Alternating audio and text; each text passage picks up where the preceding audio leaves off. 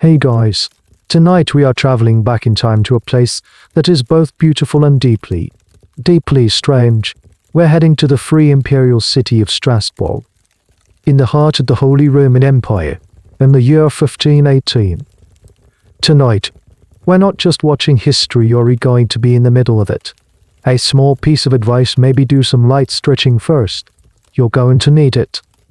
So before you get comfortable, take a moment to like the video and subscribe, but only if you genuinely enjoy what I do here. And while you're at it, I'd love to see where you're all listening from tonight. Drop your city and the time in the comments below. It's always amazing to see this little community of ours spread across the globe. Now dim the lights. Maybe turn on a fan for that soft background hum. And let's ease into tonight's journey together. The first thing that hits you is the heat. It's July, and the air is thick and heavy, like a damp blanket you can't throw off.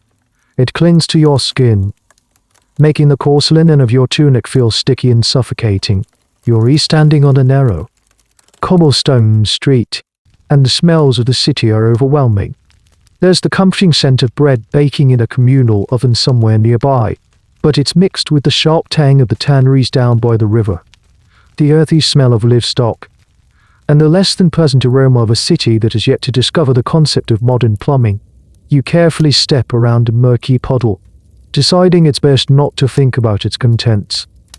You lift your eyes. Above you, the half-timbered houses lean in towards each other, their upper floors almost touching, casting the street in a perpetual state of twilight. It's a city built vertically, a maze of wood and plaster, and soaring above it all, so high it seems to prick the soft blue of the sky, is the single, magnificent spire of the Cathedral Notre Dame. It had been finished just a few decades earlier, making it, for a time, the tallest man-made structure in the world. It's a testament to God, to wealth, and to the pride of Strasbourg. This isn't some backwater village, it's a free imperial city, a bustling hub of trade and politics, accountable only to the emperor himself. You see wealthy merchants in their dark, fur-lined cloaks absurd in this heat striding past with purpose, their faces set in grim lines.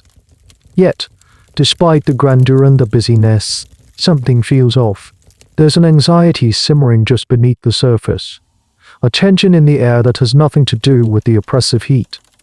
You can feel it in the way people talk to each other in hushed, hurried tones, their voices a low murmur of Alsatian German. You can see it in the wary glances they cast at strangers. This is a nervous time to be alive. Just last year, a monk named Martin Luther nailed a list of 95 arguments to a church door hundreds of miles away, and the ripples of his defiance are beginning to be felt even here. Whispers of religious reform mix with older, more primal fears. The harvest was poor last year, and the year before that, the shadow of famine looms. And with hunger comes disease. A new and terrifying sickness, which people call the French pox, has been creeping across Europe.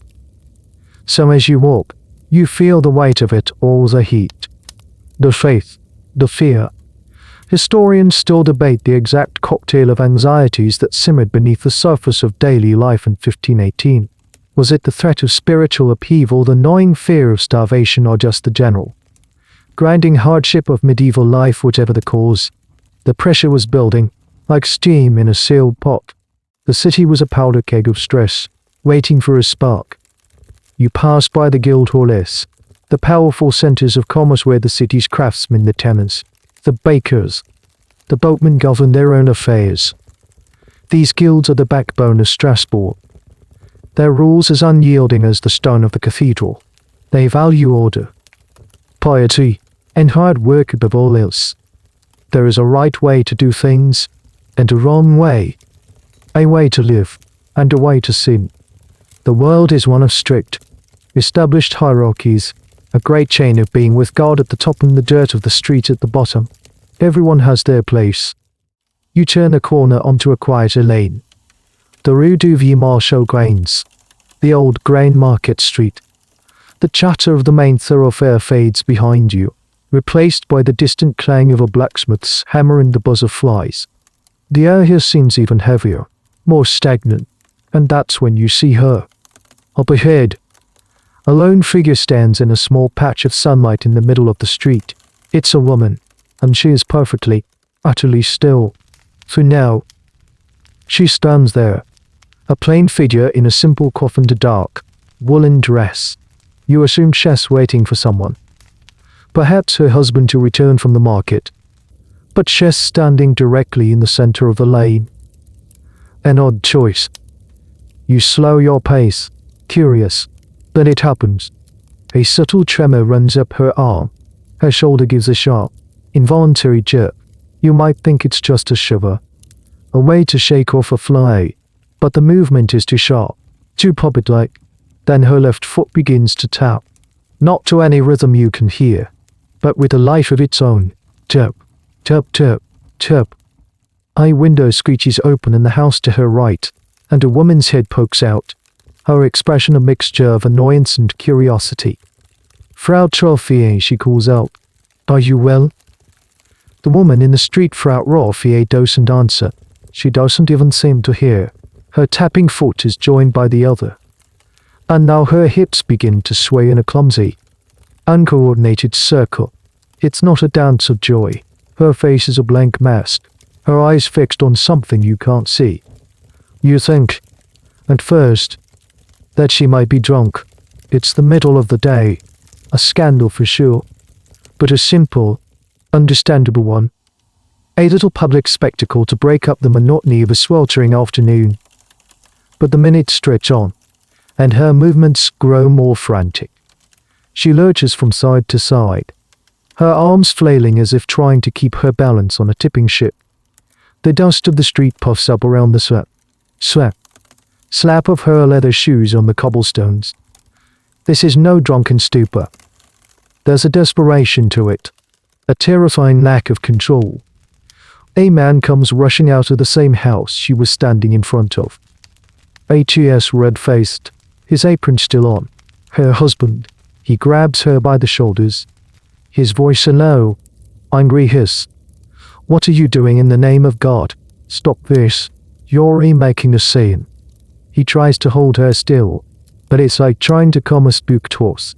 She rides in his grasp, her body still trying to perform its grotesque dance. He can't stop her.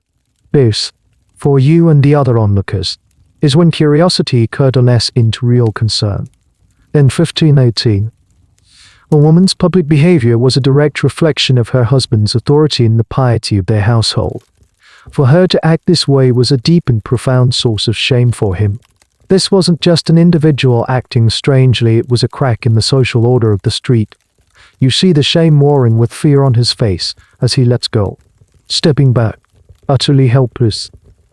And Frau Troffier dances on. It's been maybe an hour now. The sun is hotter. A thin film of sweat shines on her forehead, plastering stray hairs to her skin.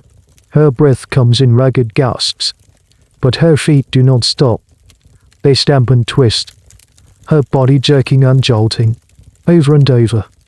She is a prisoner in her own body, a marionette whose strings are being pulled by an unseen, malicious puppeteer. Historians, by the way, still quibble over her name. Was it Troffier, T-R-A-F-A, or something else entirely? The clerical records from that time are sparse and maddeningly inconsistent. It's a small detail, but it's a reminder of how slippery history can be. How even the name of the very first person in this bizarre epidemic is a subject of academic debate. More people are gathering now. The whispers ripple through the small crowd. It's no longer just gossip. You hear the word fit, then possession. An old woman crosses herself, her eyes wide with fear. The children who were initially giggling have fallen silent, clutching at their mother's skirts. The spectacle has lost all its humor. It is now deeply unsettling. You watch her face, which has gone from blank to a grimace of exertion. Her eyes, once vacant, now seem to hold a silent plea. But the plea is for what? For help for it to stop. Or is there no one home behind those eyes at all? The day wears on. The sun begins its slow descent, painting the sky in shades of orange and purple. But her shadow continues its relentless, spastic movements on the ground. Her husband has gone back inside, the door shut tight in humiliation. The neighbors just watch from their windows, their faces pale. She has been dancing for hours, without water, without rest. Your own legs ache just from standing and watching. The initial question of why she started dancing has been replaced by a far more terrifying one. When will she stop? The sun rises on a second day, and the first thing you notice is the sound. A faint, rhythmic scraping that seems to come from everywhere and nowhere at once. It's a sound that doesn't belong in the early morning symphony of a waking city, not the rooster's crow, not the rumble of a car, not the distant church bells calling the faithful to matins. You look out your window, and your stomach clenches. She is still dancing. Frau Troffier is no longer in the same spot. She has drifted, almost imperceptibly, a few feet down the lane. Her movements are slower, more ragged, like a clockwork doll winding down, but she hasn't stopped. Her face, visible in the pale morning light, is swollen and streaked with dirt. Her lips are cracked and parched. Her coif is gone, and her matted hair hangs in limp strands. She is a terrifying sight, a spectre of exhaustion animated by some relentless inner force. Gossip travels faster than a baker's cart in Strasbourg, and by now, the story of the dancing woman has rippled through the surrounding neighborhoods. The whispers begin in earnest. At first, they are of the mundane, cruel variety you'd expect. You hear two women by a public well, their voices low and sharp. Her husband has a temper. One says, perhaps this is her penance for some sin only he knows.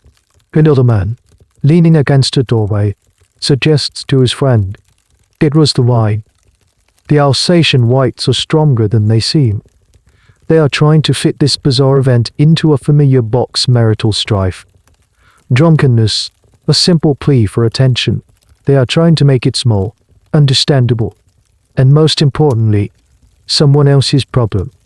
But as the second day wears on, and she continues to dance, the tone of the whispers changes. The mockery drains away, replaced by a creeping dread. This is beyond wine, beyond a domestic squabble. You see it in the eyes of the people who now make wide detours to avoid her street altogether. You hear it in the shift in vocabulary. The word is no longer drunk, but afflicted, not shameless, but bewitched. This is a key piece of understanding life. In 1518, the spiritual world and the physical world were not separate. A sickness could be a punishment from God. A physical ailment could be the work of a demon.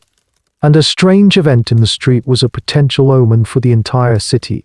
The neighbors' reaction was more than just idle gossip. It was a community's immune system trying to diagnose a threat. A strange fact about these close-knit, pre-modern communities is how intensely personal piety was considered a public good. Your neighbor's sin could bring God's wrath down on the whole street, or even the whole city. Frau Rothier's uncontrollable dance was no longer just her shame, it was a crack in the collective spiritual armor of the neighborhood.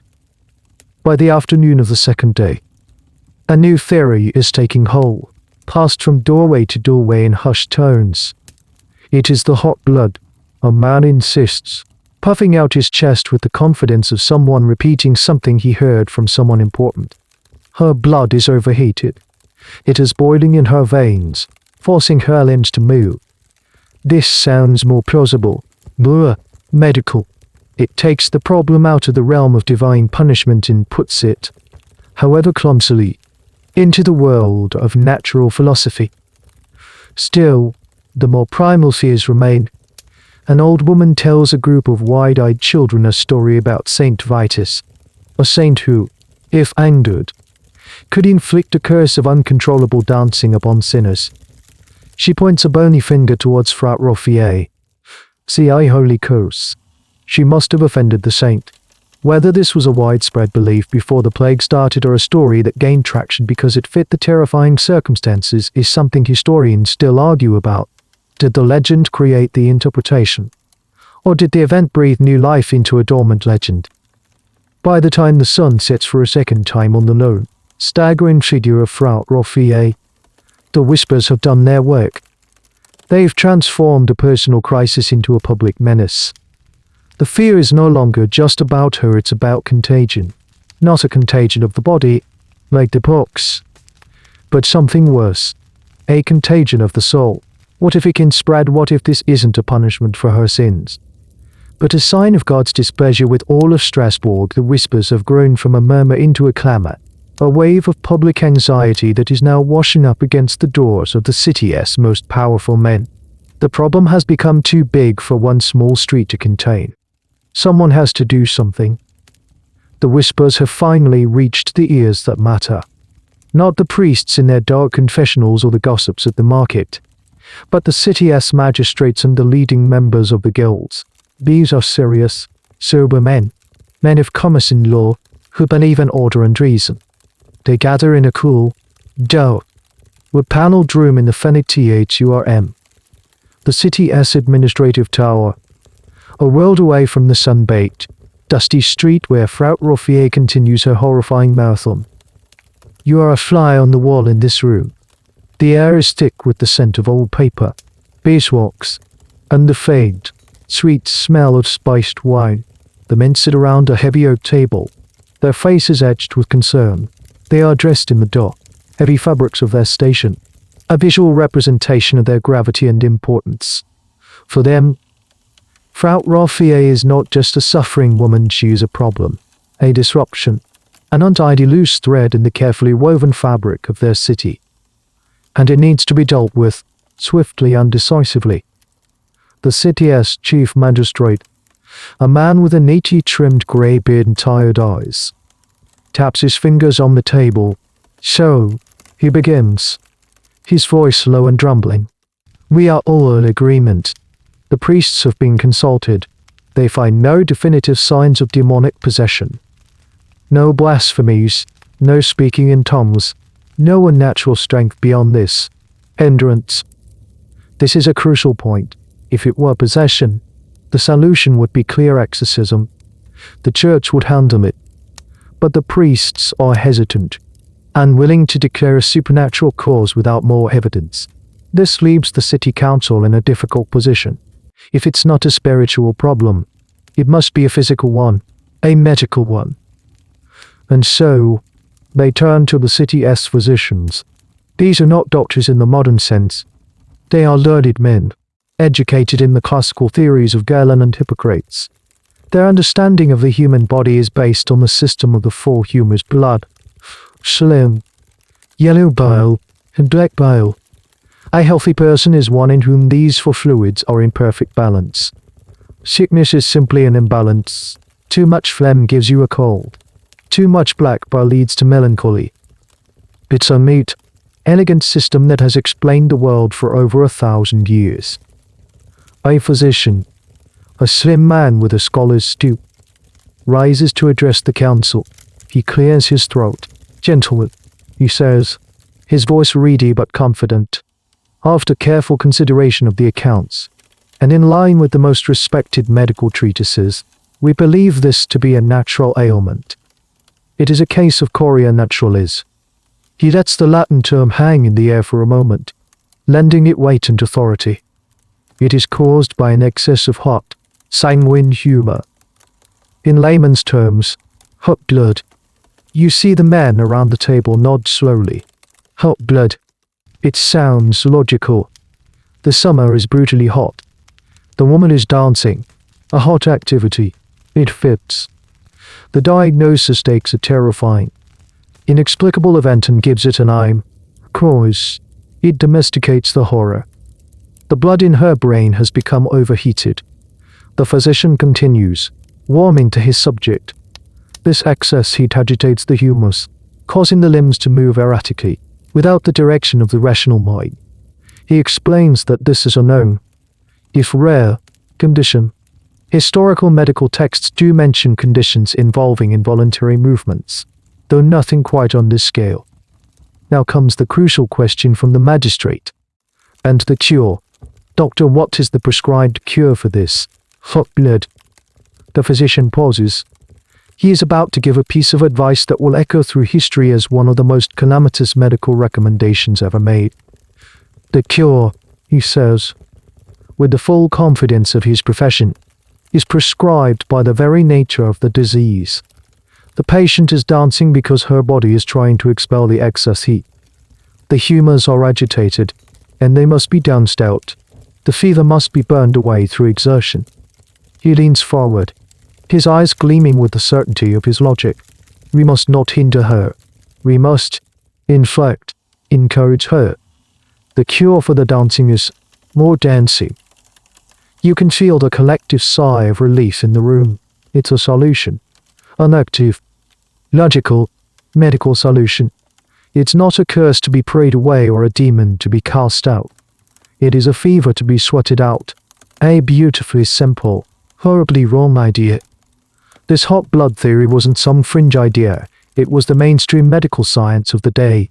A cold, bizarre fact is that forcing patients to sweat and exert themselves was a common treatment for a variety of fevers.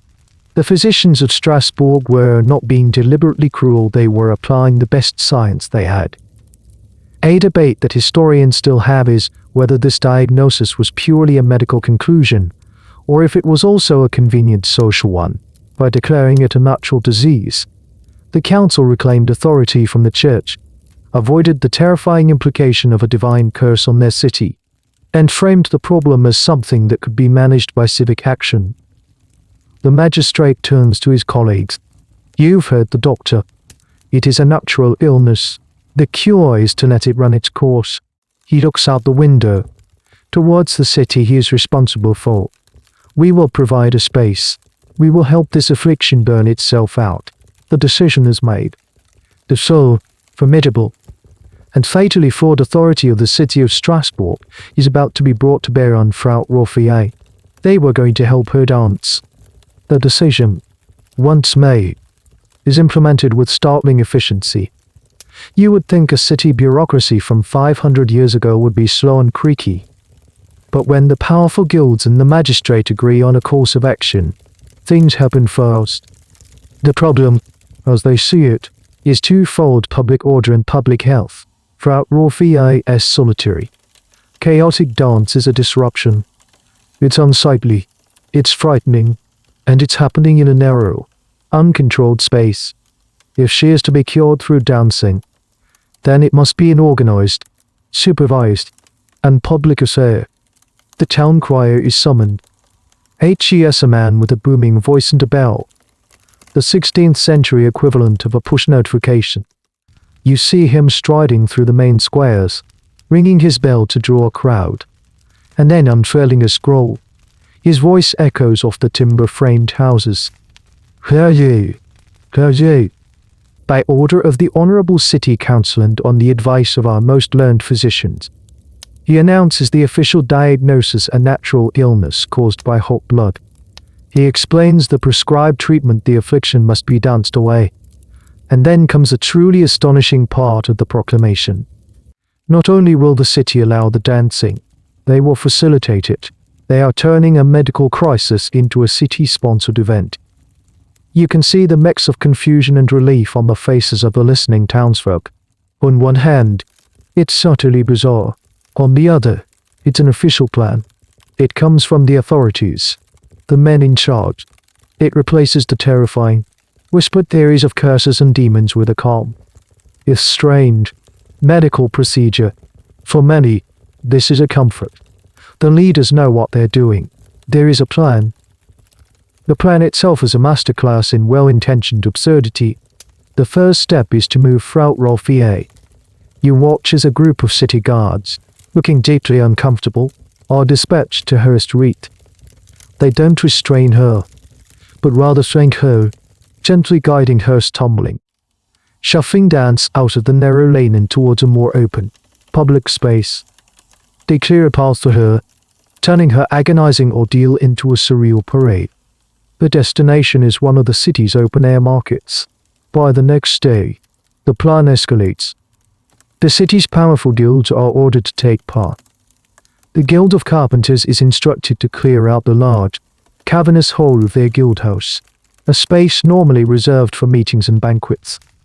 The grain market, a wide, open square, is also designated as an official dancing area. This isn't about hiding the problem away, it's about bringing it into the light, controlling it, and managing it as a civic project. This is the moment when things take a critical turn. What was one woman's private hell is about to become a public spectacle. The logic, from the council's perspective, is clear. If dancing is the cure, they must provide the best possible environment for it. They are, in their minds, creating a kind of open-air hospital. A fascinating and slightly horrifying tidbit of civic life at the time was the concept of corpores, the care of the body, which was seen as a duty of the city government. This included ensuring a clean water supply, managing the grain stores to prevent famine, and, in this case, actively managing a public health crisis. They weren't just being theatrical, they were fulfilling what they saw as their civic duty, applying their best understanding of science and governance to the problem. But there's a darker side to their logic. One historians still debate. Was this purely a medical decision, or was it also a performance of control by taking charge of the dancing? The council was demonstrating its authority. They were showing the populace that they, not some invisible curse or demonic force, were in command. The solution had to be public because the problem had become public. They were fighting fear as much as they were fighting a disease. The most chilling part of the official plan is yet to come. The council decrees that dancers should be encouraged to continue day and night, to sweat out the fever. To facilitate this, they need to keep the energy up. The proclamation includes a provision to hire musicians, drummers, pipers, fiddlers, men who will provide a relentless, driving beat for the afflicted. They believe a steady rhythm will help focus the chaotic movements, making the treatment more effective. So the stage is set. The city of Strasbourg, in an act of profound, catastrophic misunderstanding, has decided to fight a fire by pouring oil on it. They have taken a terrifying neurological or psychological phenomenon and are about to treat it like a party. The squares are cleared, the hall is prepared, and somewhere, a drummer is tightening the skin on his drum, unaware that he is about to provide the soundtrack to a tragedy. The sound is what you notice first. It starts as a single, tentative drum beat. Thump, thump, thump. It's a slow, steady pulse, like a nervous heart. Then a reedy pipe joins in. A high, thin melody that smokes through the humid air. Soon, another drum adds a more complex rhythm, and a fiddle starts to saw away at a simple, repetitive folk tune. The city has made good on its promise. The musicians are here. You stand at the edge of the grain market, the wide, cobbled square now cleared of its usual stalls and carts. In the center, a rough wooden stage has been erected. It's not much, just a platform of rope lengths a few feet off the ground, built hastily by the Carpenters Guild.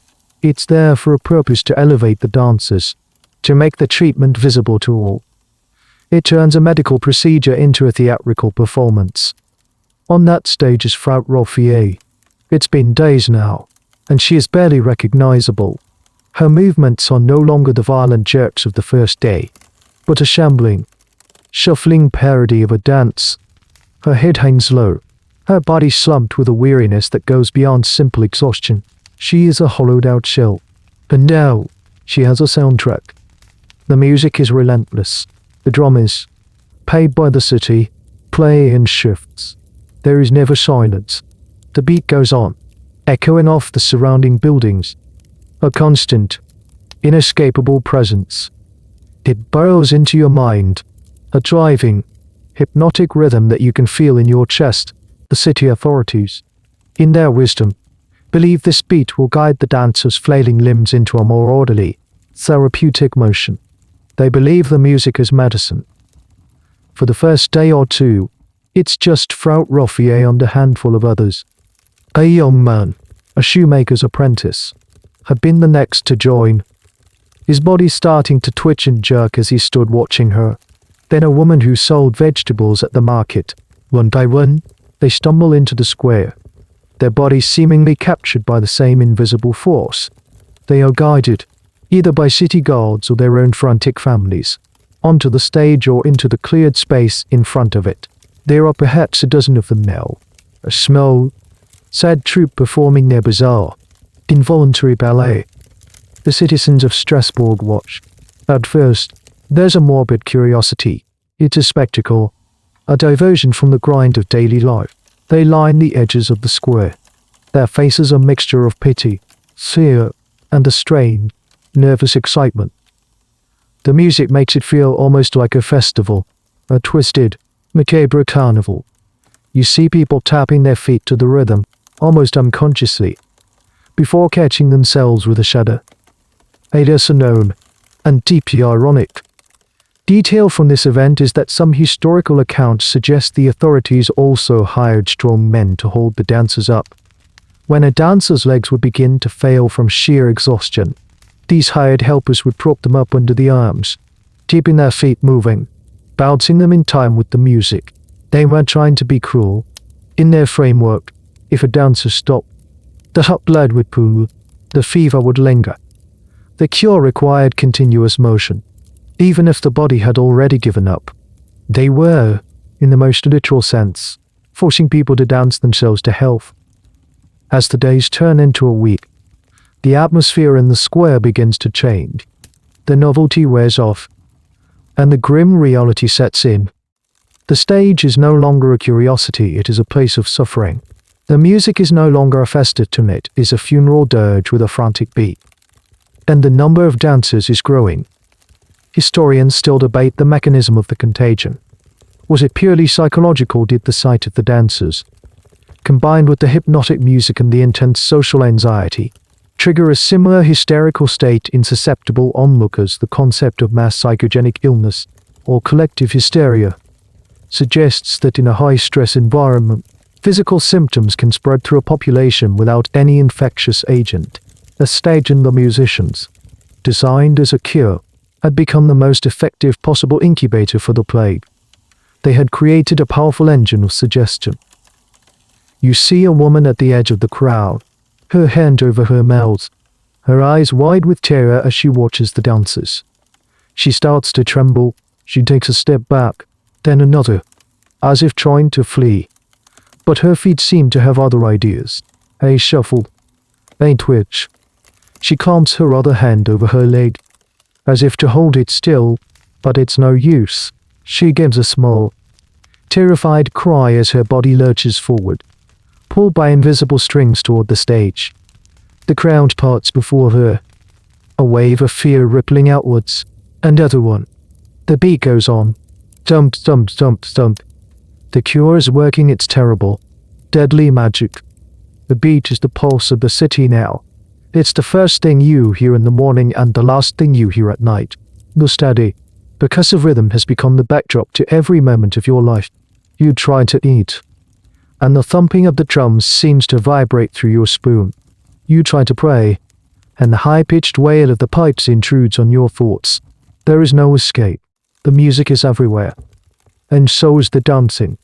The handful of afflicted has become a crowd. The single stage at the grain market is no longer enough. The guild hall of the shoemakers has been opened up, its long wooden floor now home to another writhing mess of bodies. The horse market, another open square, has been commandeered. The city has become a collection of dance floors, each one a separate, swirling vortex of misery. You walk through the streets, and the sight is surreal. You see a man, his face a mask of sweat and dust, spinning in a tight circle until he collapses, only to be hauled back to his feet by one of the hired helpers. You see a woman, her dress torn and her hair a wild tangle, laughing hysterically one moment and weeping the next, her feet never ceasing their frantic, shuffling motion. You see a group of people who have, in their shared delirium, linked arms, forming a grotesque, stumbling curse line that lurches across the square. Their feet are a mess. Their simple leather shoes, not designed for days of non-stop friction, had been worn through. You see bare feet, swollen and blistered, slapping against the hot, dirty cobblestones. Some have wrapped their feet in rags, which are now stained dark with a mixture of dirt and blood. But they don't stop. They can't. What does it feel like to be one of them? This is a question that history can't fully answer, as the dancers themselves left no records, but you can imagine. You can project yourself into that horror. Imagine an itch in your muscles, a deep, restless energy that you can't satisfy. Imagine your own leg kicking out, your own arm jerking, without your command. At first, you might fight it, trying to force your limbs into stillness. A battle of will against your own flesh. But the urge is overwhelming, a current too strong to swim against. So you give in, you let your feet move. And for a moment, there might be a flicker of relief as you stop fighting the impulse. But the relief is fleeting, because the impulse never stops. It doesn't care that your muscles are screaming, that your joints are on fire, that your lungs are burning. The signal from your brain, or wherever it's coming from, is stuck on go. You are a passenger in a runaway vehicle, and that vehicle is your own body. One of the lesser-known details recorded by contemporary chroniclers, like the physician Paracelsus who investigated the event a few years later, was the variety of the dances. It wasn't a uniform movement. Some people hopped and jumped, others spun and twirled. Some simply shuffled their feet, their upper bodies hanging limp like a rag doll. Historians who favor the secret cult theory point to this as evidence of different ritualistic dances. But those who favor the mass hysteria diagnosis see it as a reflection of individual psychological states expressed through movement. It's a debate that highlights how little we truly know about the subjective experience of the dancers. The contagion is now in full bloom. You see it happen in real time. A husband comes to the square, pleading with his wife to stop. He grabs her arm, begging her to come home. He holds her for a moment, and as he does, a tremor starts in his own hand. His eyes go wide. He lets go of her, looking at his own arm as if it's a venomous snake. The shaking spreads to his shoulder, down his torso, to his legs. Within minutes, he is dancing alongside her, his pleas silenced by the same affliction he came to cure. The authorities are baffled. Their numbers are swelling. What started as one woman is now 50. A week later, it's over 100.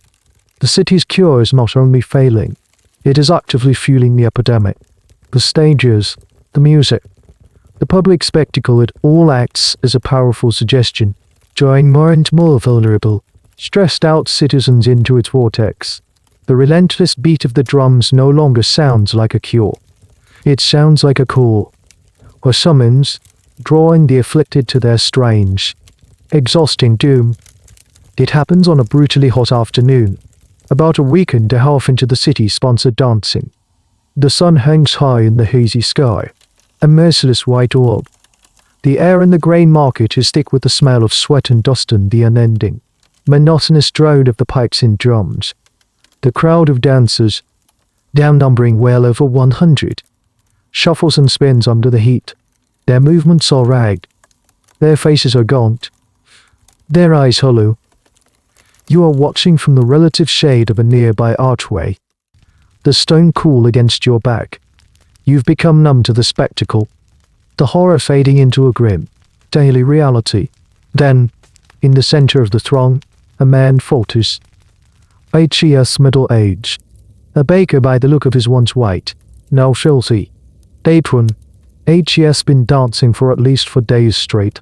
His feet, wrapped in bloody rags, stop their shuffling. For a moment, he just stands there, swaying. His chest is heaving. A desperate, rattling gasp where a flicker of hope passes through you. Is he stopping? Has the fever finally broken for him? But then his eyes roll back in his head. His face, already pale, turns a ghastly shade of grey. He clutches at his chest with one trembling hand, his mouth open in a silent scream. He teeters for a second, a statue of agony, and then he collapses. He doesn't crumple or fall gracefully.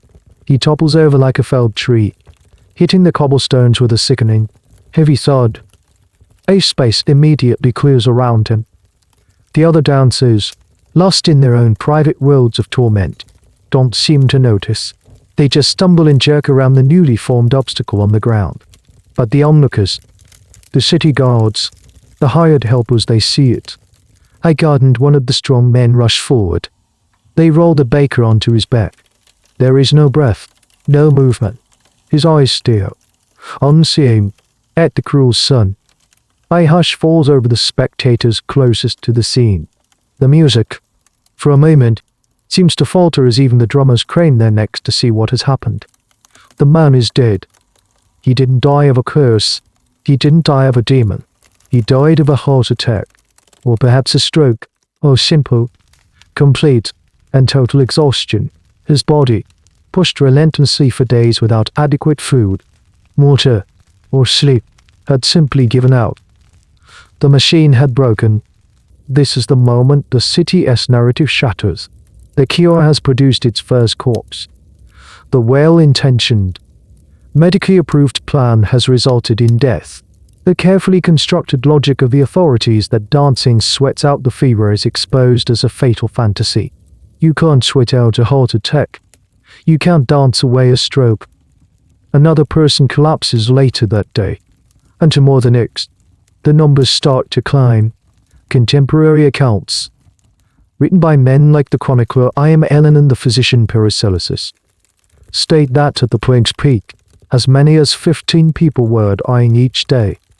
This detail, like many from the period, is a source of historical debate, whether numbers exaggerated to make the story more dramatic or was the toll truly that high while the exact body count is uncertain. The core fact is not people were dancing themselves to death. One of the bizarre and grim pieces of information from the historical record is how the bodies were handled. There was no ceremony. The dead were quickly and unceremoniously hauled away on carts, their limbs still contorted from their final, frantic movements. They were treated not as citizens who had died, but as failures of the public health initiative. Their deaths were an inconvenience, a stain on the city's efforts. The sight of the first man falling changes the atmosphere irrevocably. The fear, which had been a low, anxious hum, now becomes a sharp, piercing shriek. The onlookers are no longer just curious, they are terrified. This isn't a strange festival anymore. It's a public execution where the victims are their own executioners. The officials in the Pfennig THU or AM can no longer spin this as a controlled, therapeutic process. The evidence of its failure is lying dead on the cobblestones. The first death is a turning point. It proves that the affliction, whatever it is, can be fatal. It proves the doctors were wrong, and it proves that the authorities, for all their power and confidence, have no idea what they are doing. They have taken a bizarre medical mystery and, through their own intervention, turned it into a deadly spectacle. The falling bodies are a testament to their catastrophic failure. The dance has become a dance of death. The news of the death spreads through the city like fire through dry timber. It's no longer a rumor whispered at a well, it's a terrifying, verifiable fact. Your neighbor's cousin saw the baker fall. A friend who works as a city guard helped carry away the body of a young woman. The abstract fear now has a name and a face. It's no longer the dancers, it's the dead. The city has official narrative, so confidently proclaimed just weeks before, collapses overnight. The town crier is silent. There are no more proclamations about hot blood or the dancing cure. There is only a stunned, horrified silence from the authorities. Their grand experiment in public health has failed in the most public and gruesome way possible. The sense of control they tried to project has evaporated, leaving behind a power vacuum filled with raw, unadulterated panic. This is when the real panic begins. Before, the fear was manageable. It was a fear of the unknown, of a strange affliction. Now, it's a fear of death, a very specific, very visible, and very public kind of death. The dancing is no longer but a symptom, it is a death sentence. The texture of life in Strasbourg changes completely. The morbid curiosity that drew crowds to the markets is gone. Now, people scurry past the dance sites, eyes averted, as if making eye contact with a dancer might be enough to catch the disease. The hypnotic beat of the drums, once a city-sponsored soundtrack, now sounds like a countdown to doom. It is the sound of death at work. The panic manifests in 100 small ways. You see it in the marketplace, where trade has slowed to a crawl. Merchants from out of town, hearing stories of the dancing death, are beginning to avoid Strasbourg altogether. The city, once a bustling hub of commerce, is becoming an island of fear. The local economy, already strained by poor harvests, begins to seize up. You see it in the faces of the people. The nervous tension from before has blossomed into outright terror. Every unexplained twitch, every muscle cramp, is a source of intense anxiety.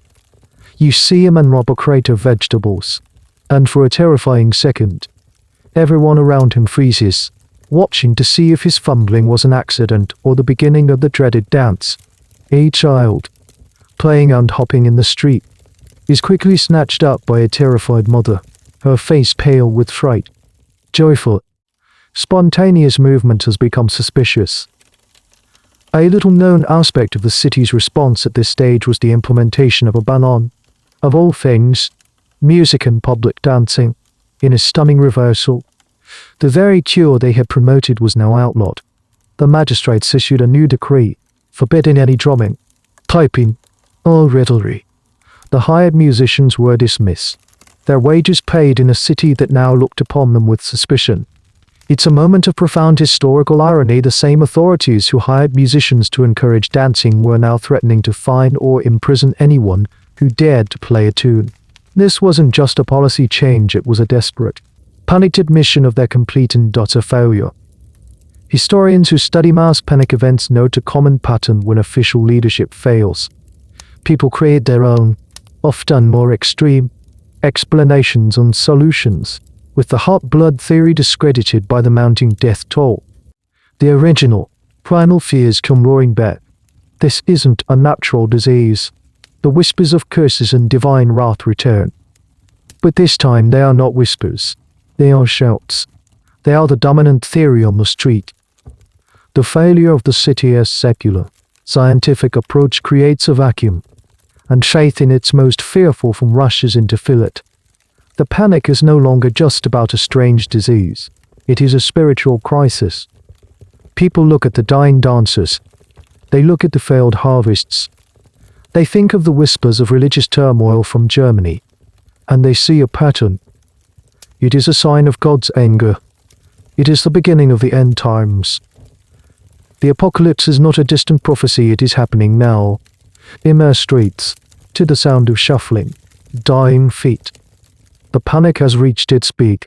The city is no longer just afraid of the dance, it is afraid of itself, of its own sins, and of the God who they believe has abandoned them. The city, once a place of bustling community, now turns inward. The public squares, once stages for the grim spectacle, are increasingly empty of spectators. The prevailing emotion is no longer morbid curiosity, but a desperate desire for self-preservation. The new logic is simple: if the affliction spreads by sight, by suggestion, then the only way to be safe is to not see it, to not hear it. You find yourself doing it too. You walk through the streets with your head down, your gaze fixed on the cobblestones in front of you, trying to avoid catching the eye of a stranger.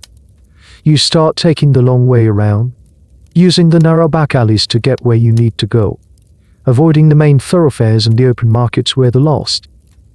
Most persistent groups of dancers still shuffle and twitch. The sound of a slammed door becomes common, a heavy wooden shutter being bolted from the inside, the clatter of a thick iron bar sliding into place. The households of Strasbourg are sealing themselves off. If the danger is outside, then safety must be inside. Imagine your own home. It's a small, dark space. Perhaps just 2 rooms for your whole family. The windows are small, glass being a luxury, so they are likely just wooden shutters. You close them tight, plunging the room into a perpetual twilight. Even in the middle of the day, you light a candle or an oil lamp, and its flickering flame casts long, dancing shadows on the wall that seem to mock the horror outside. The air inside is stuffy and thick with the smells of everyday life, cooking, sleeping, living, all confined to one small space, but it's your space. It's a fortress. Here, you can control your environment. You can ensure your children aren't hopping or skipping. You can watch your family for any sign of the dreaded twitching. But you can't shut out the sound. Even with the doors barred and the shutters closed, the sound still gets in. The music from the hired bands may have stopped, but the dancing hasn't. The dancers themselves create their own terrible music. It's the sound of hundreds of shuffling, scraping feet on stone. It's the occasional wail or a burst of nonsensical laughter, and sometimes, most chillingly, it's the sound of their own voices, as some dancers were reported to chant or sing as they moved, their words lost in a delirious slur. So you sit in your dimly lit room, and you listen. You try to distract yourself. You mend a piece of clothing. You sharpen a tool. You pray. But the sounds from the street are a constant, terrifying reminder of what is happening. You live in a state of siege, not from an invading army, but from a phantom menace that has claimed your own neighbors. This period of self-isolation had a very real, very practical consequence that often gets overlooked in the telling of this story. Strasbourg was a city of artisans and merchants. Its economy depended on people being out in the world, working, trading, buying, and selling. A baker can't sell bread from behind a locked door. A tanner can't treat hides in his living room. A boatman can't move goods if he refuses to go to the river. By locking themselves away, the people of Strasbourg were not only trying to save their lives, they were also slowly starving their own economy. The fear was creating a secondary crisis, one of hunger and poverty, which in turn only increased the overall stress and anxiety that historians believe was the root cause of the whole affair. The academic debate about the primary cause ergot poisoning versus mass psychogenic illness is relevant here. If it was ergotism, caused by tainted rye flour, then locking your doors wouldn't necessarily save you if the contaminated flour was already in your own bread box. This possibility adds another layer of terror to the domestic scene. The threat might not just be outside, it could be on your own dinner table. But for you, sitting in your shuttered home, the dominant theory is the one of a spiritual contagion. You find yourself examining your own conscience, your family's piety. Did you attend church last Sunday? Did you give alms to the poor? Have you harbored sinful thoughts? The fear turns inward, becoming a form of psychological self-flagellation. The city's collective anxiety has been traumatized, delivered to each individual household, where it festers in the dark. From your window, you might dare to peek through a crack in the shutter. You see the street, mostly empty now. But then, a lone figure appears. A woman, stumbling, her arms held out stiffly, her feet performing the ghastly, endless shuffle. She is one of them. You watch for a moment, your heart pounding, a mix of pity and terror. Then you quickly pull back, your hand over your mouth, as if the sight itself could poison you through the tiny crack. You press your back against the solid wood of the door, and you listen to the sound of her scraping feet fade into the distance. And you pray that the sound never stops at your own door, while you and your neighbors are barricaded in your homes. Another, more educated kind of panic is unfolding behind the closed doors of the city's elite, the physicians and scholars of Strasbourg. The very men who had so confidently prescribed the dancing cure are now in a state of intellectual crisis. Their diagnosis was wrong. Their treatment was a disaster. Their authority is in tatters. Imagine them gathering again, not in the Grand Council room this time, but perhaps in the library of a wealthy physician, surrounded by heavy, leather-bound books. The mood is no longer one of confident problem-solving, it's one of desperation and finger-pointing. The physician who first proposed the hot blood theory is now defensive, his face pale. He pages frantically through his vellum manuscripts of Galen and Avicenna, searching for some precedent, some footnote he might have missed that could explain the catastrophic failure of his prescription. The theory was sound, he insists, his voice thin and strained. The classical authorities are clear. Fevers must be expelled through exertion. Perhaps the music was not of the right temperament, Or perhaps the humors of the Strasbourg populace are uniquely imbalance. He's grasping at straws, trying to find a way to make the world fit his books, rather than the other way around. Another, younger physician, perhaps one who has traveled more and has seen the limits of classical theory, scoffs, or perhaps the classical authorities were wrong. Look out the window, man, we prescribed a cure, and they are dying in the streets. We are no better than butchers. The debate rages. Was it hot blood after all? But a more malignant form, or was it an entirely different humoral imbalance? Maybe it wasn't the blood, but the black bar, the humor associated with melancholy and madness. This would suggest a disease of the mind, not the body. This is a significant shift. If it's a melancholic humor, the cure isn't more dancing, it's sober reflection, quiet, and prayer. This new theory is a complete reversal of the old one, and it shows the utter disarray of the medical community. They are trapped in their own intellectual framework. Their entire understanding of medicine is based on this elegant, four-part system of humors. To admit that this event falls outside of that system is to admit that they know nothing. It's a terrifying prospect for the most learned men in the city. A little-known fact that highlights their desperation is that some accounts suggest they began examining the urine of the dancers. Uroscopy, the diagnostic examination of urine, was a cornerstone of medieval medicine. They would hold up a flask to the light, examining the color, sediment, and even the smell, believing it held the secrets to the body's inner workings. Imagine a physician, his face a mask of concentration, studying the dark, concentrated urine of a dancer who hasn't had a proper drink in days. He is looking for answers in a flask of liquid, while the real cause, be it psychological or fungal, is completely invisible to him. It is the perfect metaphor for their predicament, using all the tools of their science, yet looking in all the wrong places. The debate among the physicians mirrors a broader intellectual schism that was happening across Europe at the time. The Renaissance was in full swing, and the unquestioned authority of ancient texts was beginning to be challenged by direct observation and empirical evidence. This is what historians still argue about was the Strasbourg medical community's failure, a last gasp of rigid medieval thinking. Goran Hurley, fumbling attempt at a more modern, observational approach. Their initial diagnosis was pure medieval theory, but their frantic search for a new explanation, even if it led them down bizarre paths, showed a recognition that their old books weren't enough. While the doctors argue about humors, the city council is having its own crisis of faith not in God, but in experts. They followed the best medical advice available, and it led to a catastrophe. Who are they to trust now? Their failure to manage the crisis has left a power vacuum. And as we've seen, the priests and the common folk are filling it with theories of divine wrath and curses. The doctors' debate is not just an academic exercise.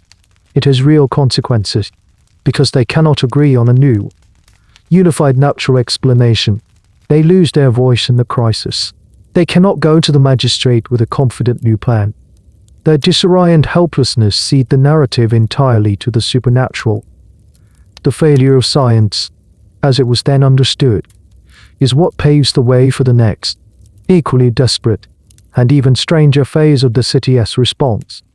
The problem is about to be officially handed over from the doctors to the priests. With the physicians in disarray and the death toll climbing, the city's leadership is desperate for a new explanation, a new course of action. They find it in the panicked whispers of the populace. The theory of hot blood is dead, buried with the victims of the cure. The theory that rises from its ashes is older, more powerful, and far more terrifying. This is not a disease of the body. It is a curse. You can feel the shift in the city's atmosphere. It's a subtle change at first. You hear more prayers from behind the shuttered windows. You see more people clutching makeshift rosaries as they hurry through the streets. The focus of the fear moves from the physical to the spiritual. The curse has a name, Saint Vitus. Who was Saint Vitus to the people of 1518? He was a very real and powerful figure. He was a Christian martyr from the 4th century, a young boy who, according to legend, was persecuted for his faith. One of the miracles attributed to him was curing the son of the Emperor Diocletian from a sickness that caused convulsions and uncontrollable movements. Over the centuries, this story evolved. Saint Vitus became the patron saint of dancers and entertainers, but he also gained a darker reputation. He was the one you prayed to for protection against epilepsy, lightning, and animal bites. And, if you angered him, it was believed he could inflict upon you the very ailment he was known to cure, an uncontrollable, frenzied dance. This belief was not invented in Strasbourg in 1518. It was a pre-existing piece of European folklore, particularly strong in Germanic regions. Small-scale outbreaks of dancing mania had been recorded before in the preceding centuries, and they were often attributed to the wrath of Saint Vitus, so when the doctor's theories failed, the people of Strasbourg didn't have to invent a new explanation. They just had to reach for the one that was already there, waiting in the dark corners of their collegination. The city council, having lost all faith in their physicians, officially embraces this new diagnosis. It's a stunning pivot. They move from the world of Galenic medicine to the world of divine intervention. The problem is reclassified. It is no longer chorea naturalis, a natural disease, but chorea loci ivi, a lustful, sinful dance sent as punishment. This rebranding of the plague is crucial. A disease of the body is a tragedy. A punishment from a saint is a condemnation. It implies guilt. The dancers are no longer just the afflicted, they are now the sinners. This shift has a profound impact on how they are viewed. The pity that people felt begins to curdle into a kind of righteous fear. The dancers are a living testament to sin, a warning to rule. A strange and often forgotten detail is how this new diagnosis changed the city's regulations. The council, now operating on a spiritual framework, began to legislate morality. They didn't just ban music, they banned gambling. They shut down taverns and gaming houses. They issued strict new ordinances against blasphemy and immoral clothing. They believed that if the dance was a punishment for the city's sins, then the only way to stop it was to become more pious. The city of Strasbourg embarked on a campaign of forced morality, a desperate attempt to appease the angry saint. Historians are still divided on the sincerity of the council's conversion to this theory. Was it a genuine spiritual panic on their part, or was it a shrewd political move by blaming an angry saint? They conveniently shifted the blame away from themselves. The disaster was no longer the result of their own catastrophic mismanagement, it was an act of God. They were no longer incompetent, they were merely humble servants trying to guide their sinful flock back to righteousness. It's a classic case of what some scholars call reframing the crisis to maintain authority. This new diagnosis, the curse of Saint Vitus, sets the stage for the next phase of the city's response. If the cause is a curse from a saint, the cure cannot be found in medicine or in locking your doors. The cure must be a spiritual one.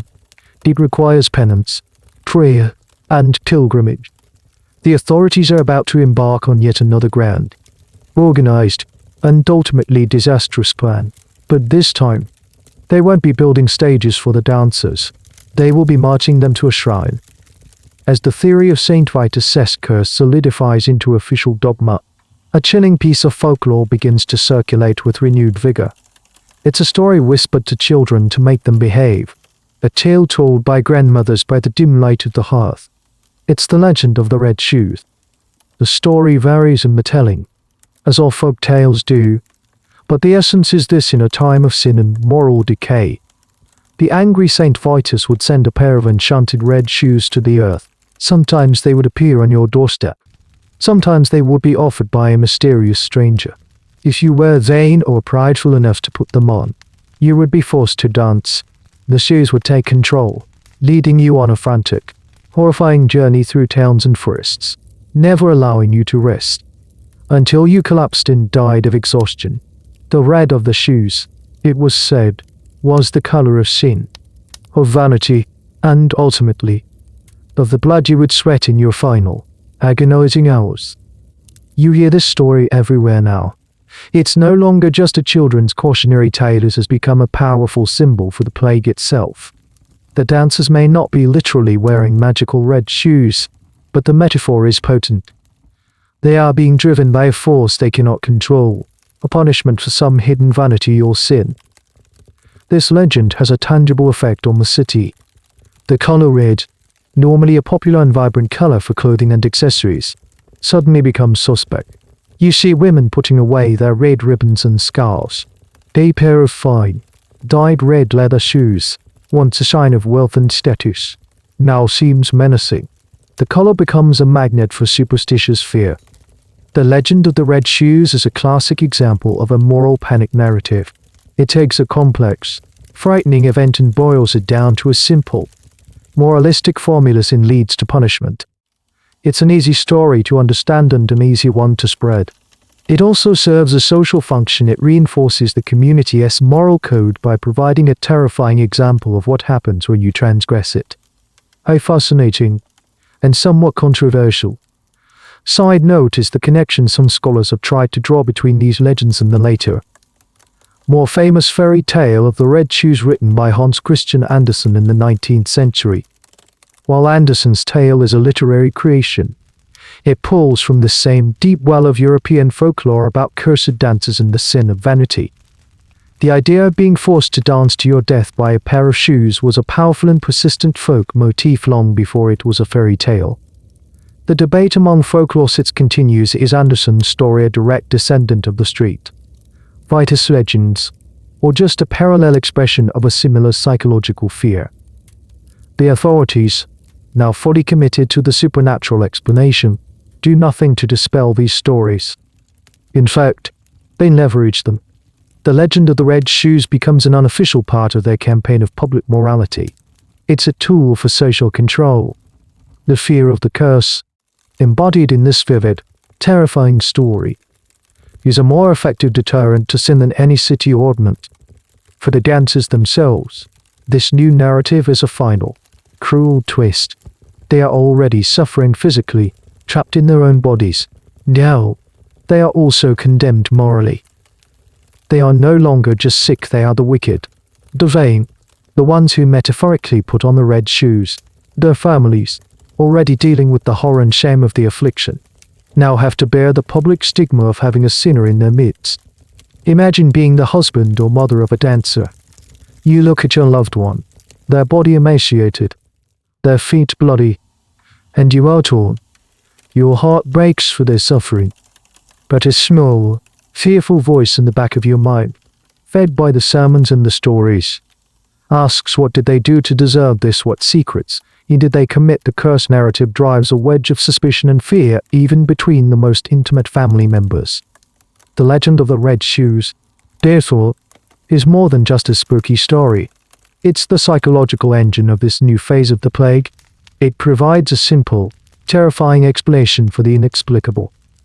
It justifies the social shunning of the victims, and it perfectly sets the stage for the authorities next, and most desperate, to a forced pilgrimage.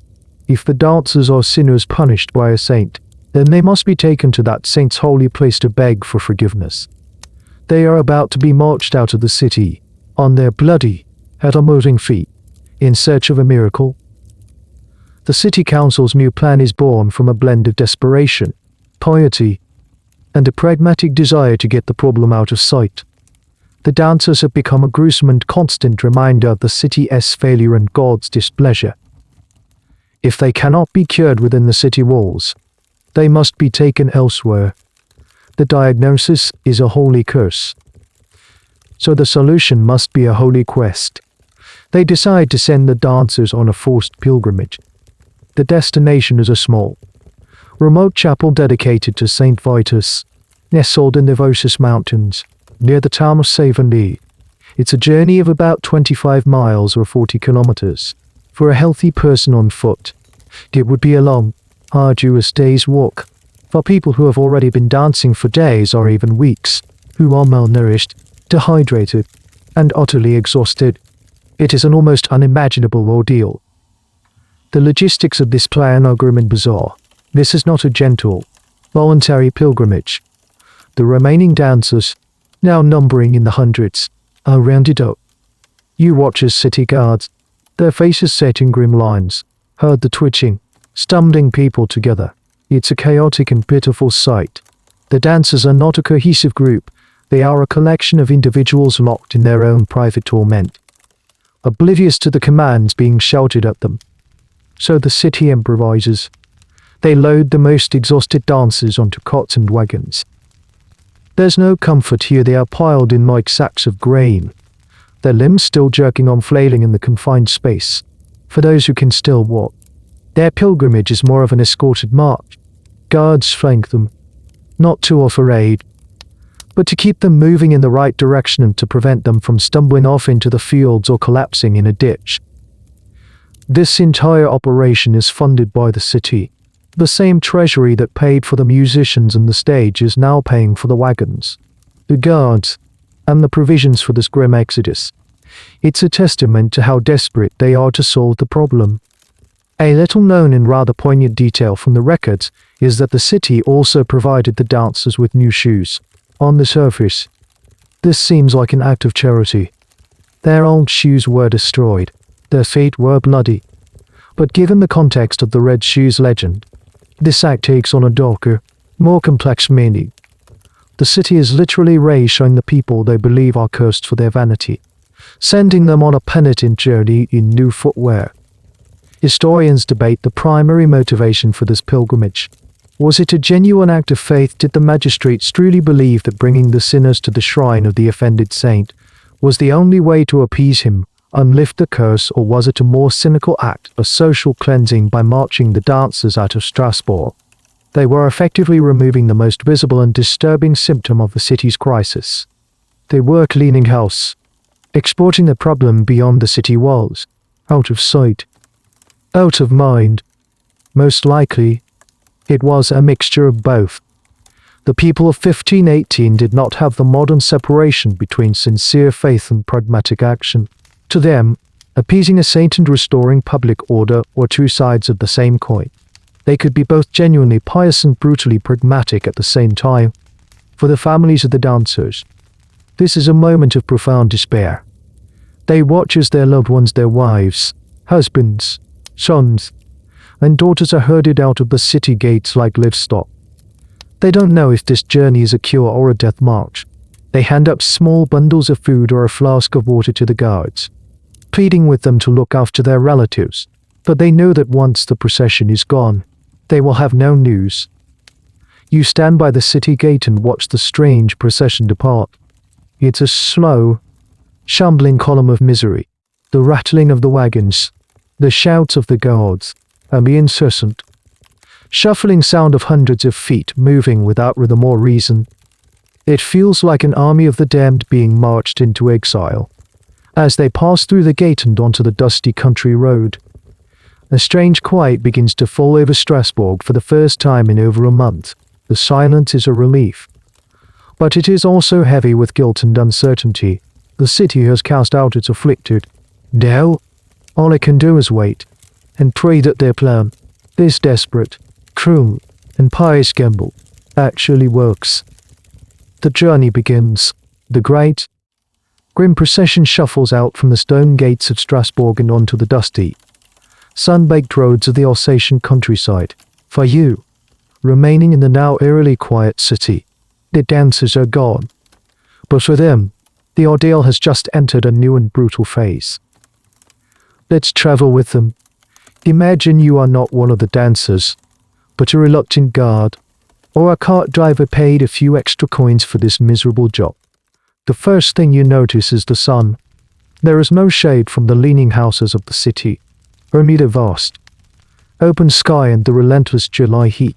The road is little more than a dirt track, rutted by wagon wheels, and the dust kicked up by hundreds of shuffling feet coats everything in a fine, gritty film. It gets in your eyes, your throat, the back of your teeth. And then there is the sound. It's no longer amplified by the echo of city walls. It's a dry, scraping, shuffling noise mixed with the creak of wagon axles, the occasional moan, and the rhythmic chop of the guards' horses. It is the sound of pure, attritional suffering. The dancers themselves are a horrifying sight. Those on foot stumble forward, their movements still jerky and uncontrolled. They bump into each other, trip over rocks, and sometimes veer off the road entirely, their bodies pulling them into a ditch or a field before the guards can steer them back. They are not walking, they are being propelled. Their eyes are vacant, staring at a point somewhere beyond the horizon, their faces caked with a mask of sweat and dust. Those in the wagons are perhaps even worse off. They are a tangled heap of humanity, their limbs flailing in the confined space, knocking against each other in the hard wooden sides of the cart. The journey is a constant, jarring jostle that offers no rest. Every bump in the road is a fresh torment. Water is the most critical issue. The guards carry water skins, but it's not nearly enough. They ration it out, pouring a little into the cracked lips of a dancer who seems on the verge of collapse. But it's a futile gesture. How do you give a drink to someone who cannot control their own head and neck? More water spills down their chins and onto their filthy clothes than goes into their mouths. This journey highlights a particularly cruel aspect of the dancer's condition.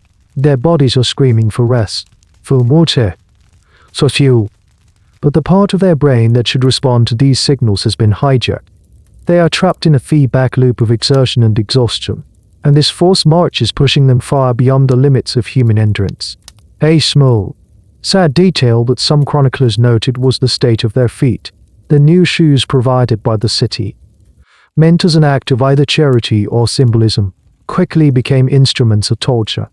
Unbroken in leather, combined with constant, unnatural movement and swollen feet, created a nightmare of blisters and open sores. Historians who support the ergotism theory point to this journey as a key piece of evidence against their own case. Ergot poisoning often comes with gangrene, a restriction of blood flow to the extremities. A 25-mile forced march would have been nearly impossible for people suffering from the severe vascular constriction associated with gangrene. The fact that many of them apparently survived the journey, however horribly, is one of the strongest arguments in favor of a psychological cause, a mass psychogenic illness. The mind, it seems, can push the body further and more strangely than a chemical poison can. As the sun begins to set, the procession doesn't stop. There is no camp to be made, no fires to be lit. The plan is to keep moving, to get there as quickly as possible. The road becomes a treacherous landscape of shadows. The suffering, which was stark and visible under the sun, becomes a thing of terrifying sounds and shapes in the darkness. You hear someone fall heavily, followed by a curse from a guard. You hear a high, thin wail from one of the carts, a sound of pure, uncommented misery. The journey is a filter, the strongest, or perhaps just the most relentlessly driven by their affliction. Keep moving. The weakest fall. What happened to them? The records are silent on this point. Were they left by the side of the road to die, or were they bundled into the already overflowing wagons? We don't know.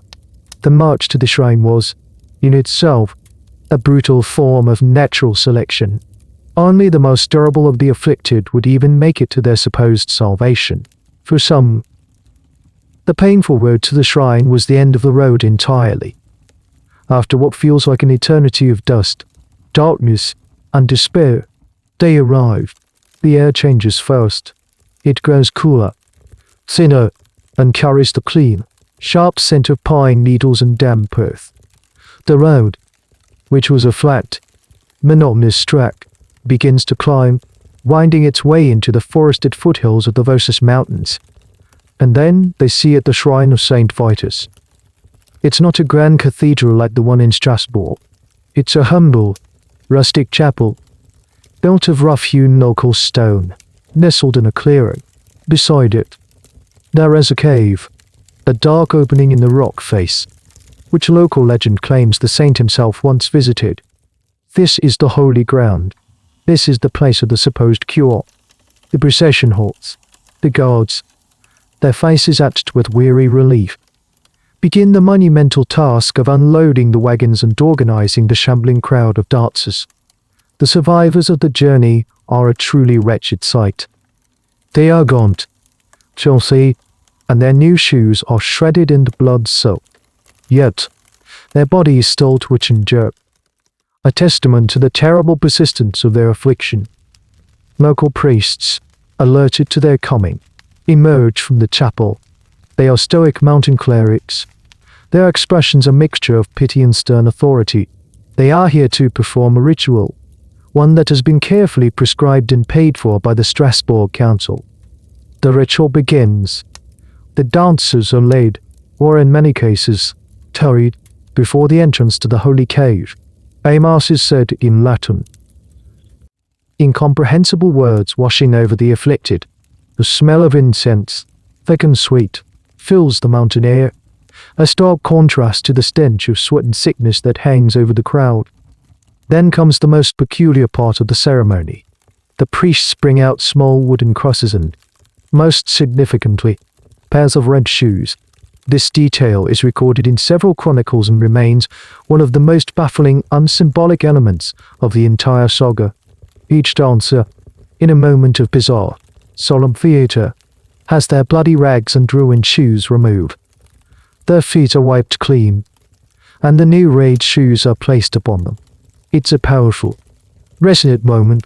Are they being branded with the color of their sin, forced to wear their vanity as they beg for forgiveness, or is it a form of sympathetic magic? An attempt to control the curse by ritualistically reenacting it. Historians still debate the precise theological or folkloric meaning of this act. Holding their small crosses, shod in their scarlet footwear, the dancers are then led one by one to a wooden statue of Saint Vitus that stands in the mouth of the cave. The statue is crudely carved and brightly painted, a piece of folk art imbued with immense spiritual power. The priests anoint each dancer's forehead with holy water and make them give a small offering, a coin provided by the city to the saint. The entire scene is one of profound, desperate faith. It is the last resort of a society that has exhausted every other option. They have tried science, public works, and social control. Now, they are placing all their hope in a statue in a cave. And then, something happens. A woman, who had been violently twitching for weeks, stands before the statue, and her tremors begin to subside.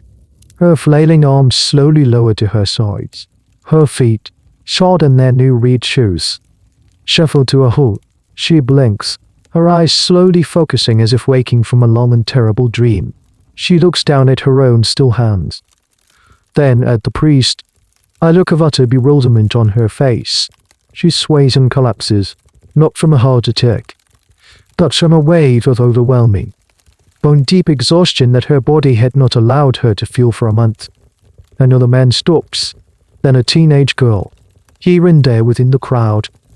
The frantic motion begins to slow, to stutter, to cease. It's not a sudden, miraculous cessation for everyone. For some, the movements just become less violent. For others, there is no change at all. But for a significant number, the pilgrimage, the ritual, the sheer, overwhelming power of collective belief seems to work. The curse begins to lift. Why, this is the great, unanswerable question. Was it a genuine miracle, or was it the ultimate act of psychological suggestion? The mass hysteria, born of stress and suggestion, was perhaps given a formal, authoritative offer. The ritual, conducted by priests at a holy site, gave the dancers' subconscious minds a powerful reason and permission to finally stop. The journey had pushed them to their absolute limit, and the ceremony provided the final, definitive endpoint to their ordeal. Or maybe, just maybe, the affliction had a natural time limit, and the pilgrimage just happened to coincide with the moment it was burning itself out. We will never know for sure, but as you watch from the edge of the clearing, seeing the first few bodies fall into the deep, natural sleep of the truly exhausted, you witness the beginning of the end.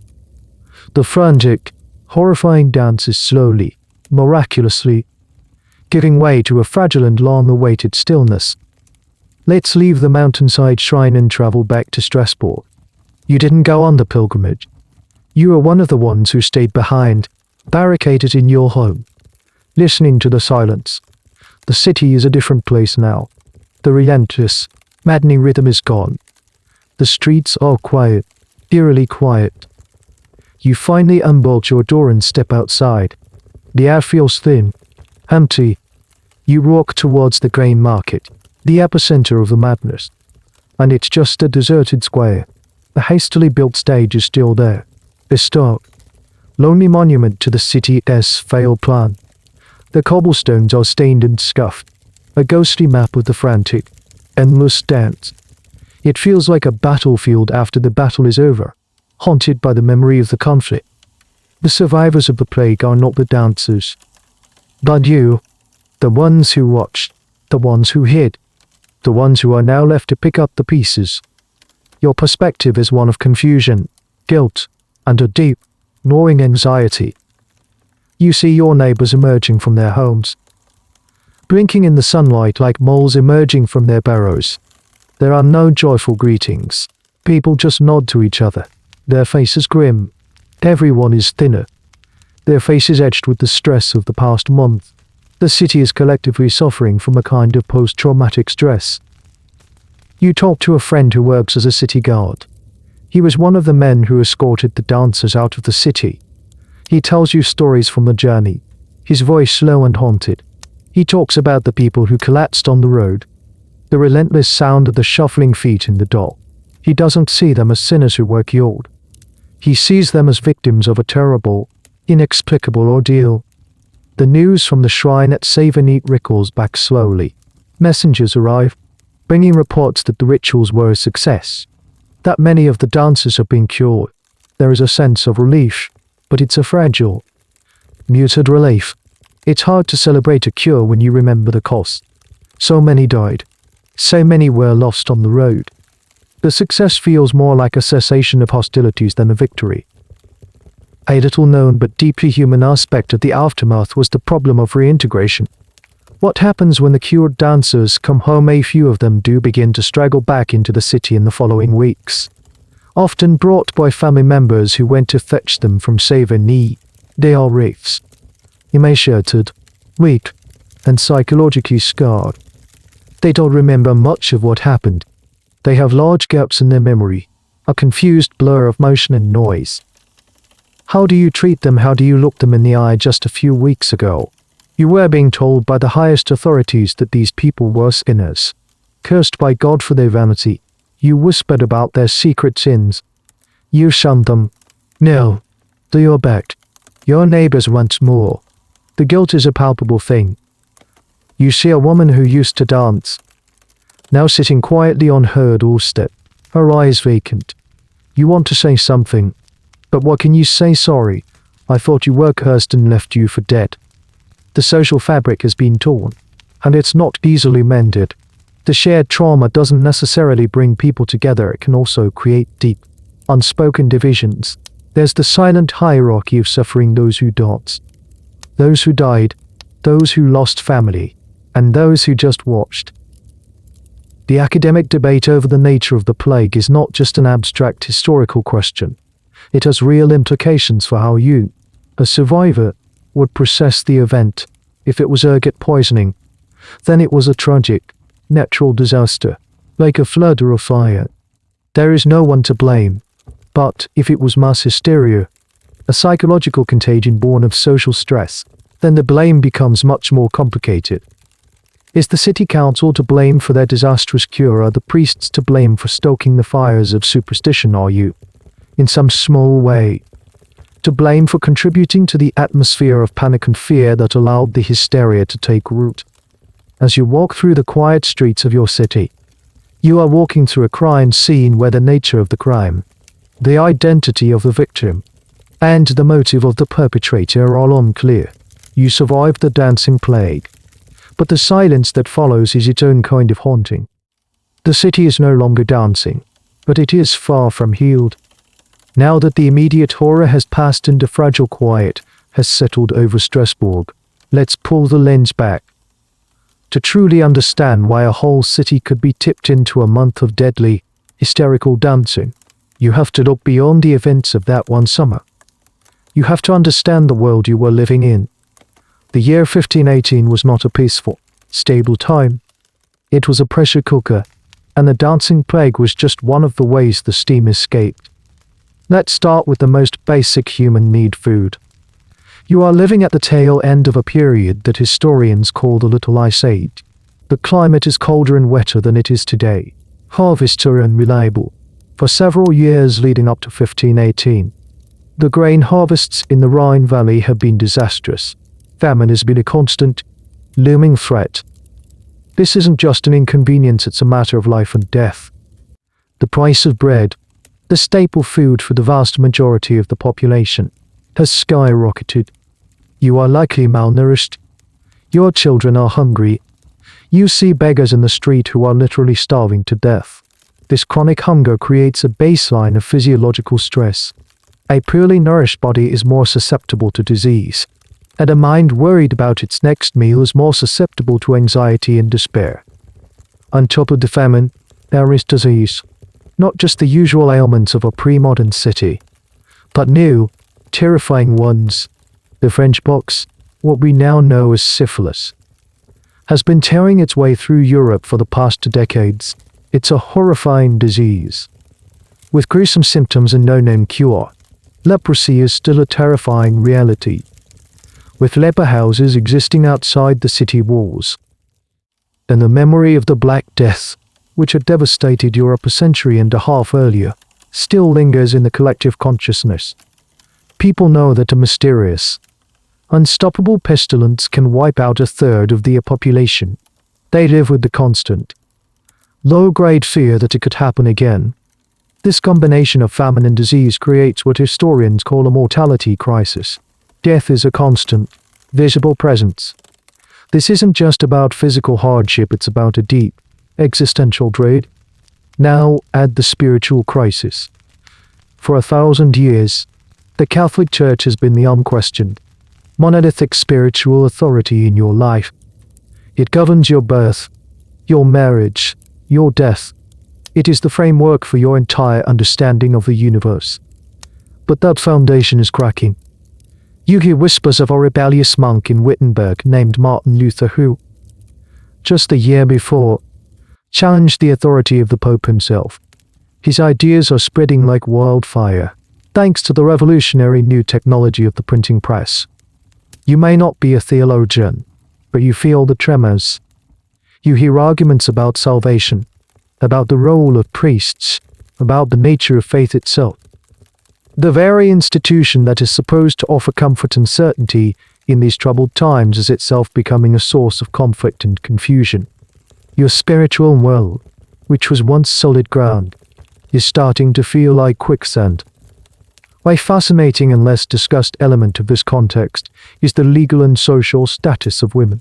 Frau Torfier, the woman who started it all, lived in a deeply patriarchal society. A woman's life was tightly controlled by her father, then her husband. Her opportunities for self-expression were incredibly limited. Some historians and psychologists have theorized that the dancing plague, which affected more women than men, could have been, for some, a form of subconscious rebellion or protest sickness. In a world where you cannot speak your frustrations, your body might speak them for you in the form of uncontrollable spasms and movements. This is a controversial theory, as it's impossible to prove, but it adds a compelling layer to the story. So this is your world in 1518. You are hungry. You are afraid of disease, and your faith is being shaken to its core. You are living in a state of chronic, high-level stress. The dancing plague did not happen in a vacuum. It erupted in a community that was already stretched to its breaking point. It was a bizarre symptom of a deeply sick and anxious society. The question isn't so much why did they start dancing, but rather, with all this pressure, why didn't something like this happen sooner? As the decades and then centuries passed, the memory of the dancing plague faded from a lived trauma into a bizarre historical footnote. The supernatural explanations of Saint Vitus's curse, which seemed so logical and compelling in 1518, began to lose their power in a world increasingly shaped by science and reason. People started looking for a more rational, more modern explanation for what happened in Strasbourg. In the 20th century, a compelling new theory emerged, one rooted not in psychology, but in biology. The theory was ergotism. Let's step into the shoes of a modern scientist investigating this historical cold case. The prime suspect is a fungus called Cl. Avice purpurea, more commonly known as ergot. This fungus grows on rye and other grains, especially during cool growing seasons, exactly the kind of conditions that were prevalent during the Little Ice Age and the years of famine leading up to 1518. Rye was the primary grain used to make bread for the common people of Strasbourg. If the harvest was contaminated with ergot, the entire population could have been unknowingly ingesting a powerful psychoactive substance. The fungus contains ergotamine and lysergic acid, chemicals from which LSD lysergic acid dialhamide would later be synthesized. The theory is tantalizingly neat. Ingesting ergot-tainted bread could cause a condition known as ergotism, which has two main forms. The first is gangrenous ergotism, which causes intense burning pain in the extremities, a condition historically known as street unfinished fire, leading to tissue death and the loss of limbs. The second is convulsive ergotism. The symptoms of this form are a chilling match for what was described in Strasbourg: painful muscle spasms, twitching, convulsions, and vivid hallucinations. So you have a plausible culprit, a fungus that grows on the staple food of the populace and produces symptoms that mirror the accounts of the dancing plague. For a long time, this was the leading scientific explanation. It turned the supernatural horror into a tragic, but understandable, case of mass poisoning.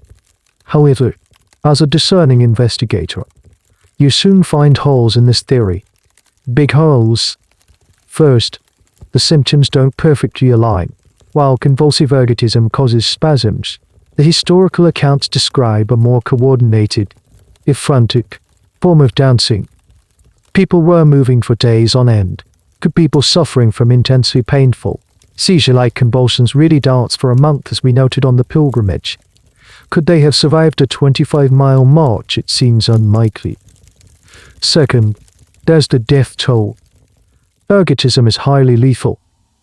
If hundreds of people were poisoned to the point of having severe neurological symptoms, the death rate should have been much, much higher. While the recorded deaths were tragic, they seem to be from exhaustion and cardiovascular collapse, not from the direct toxic effects of a poison. Third, there's the nature of the contagion.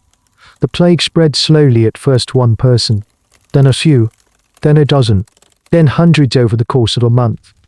If a bad batch of flour was the cause, you would expect a much more sudden and widespread outbreak, with many people in the same area falling ill at the same time after eating bread from the same contaminated source.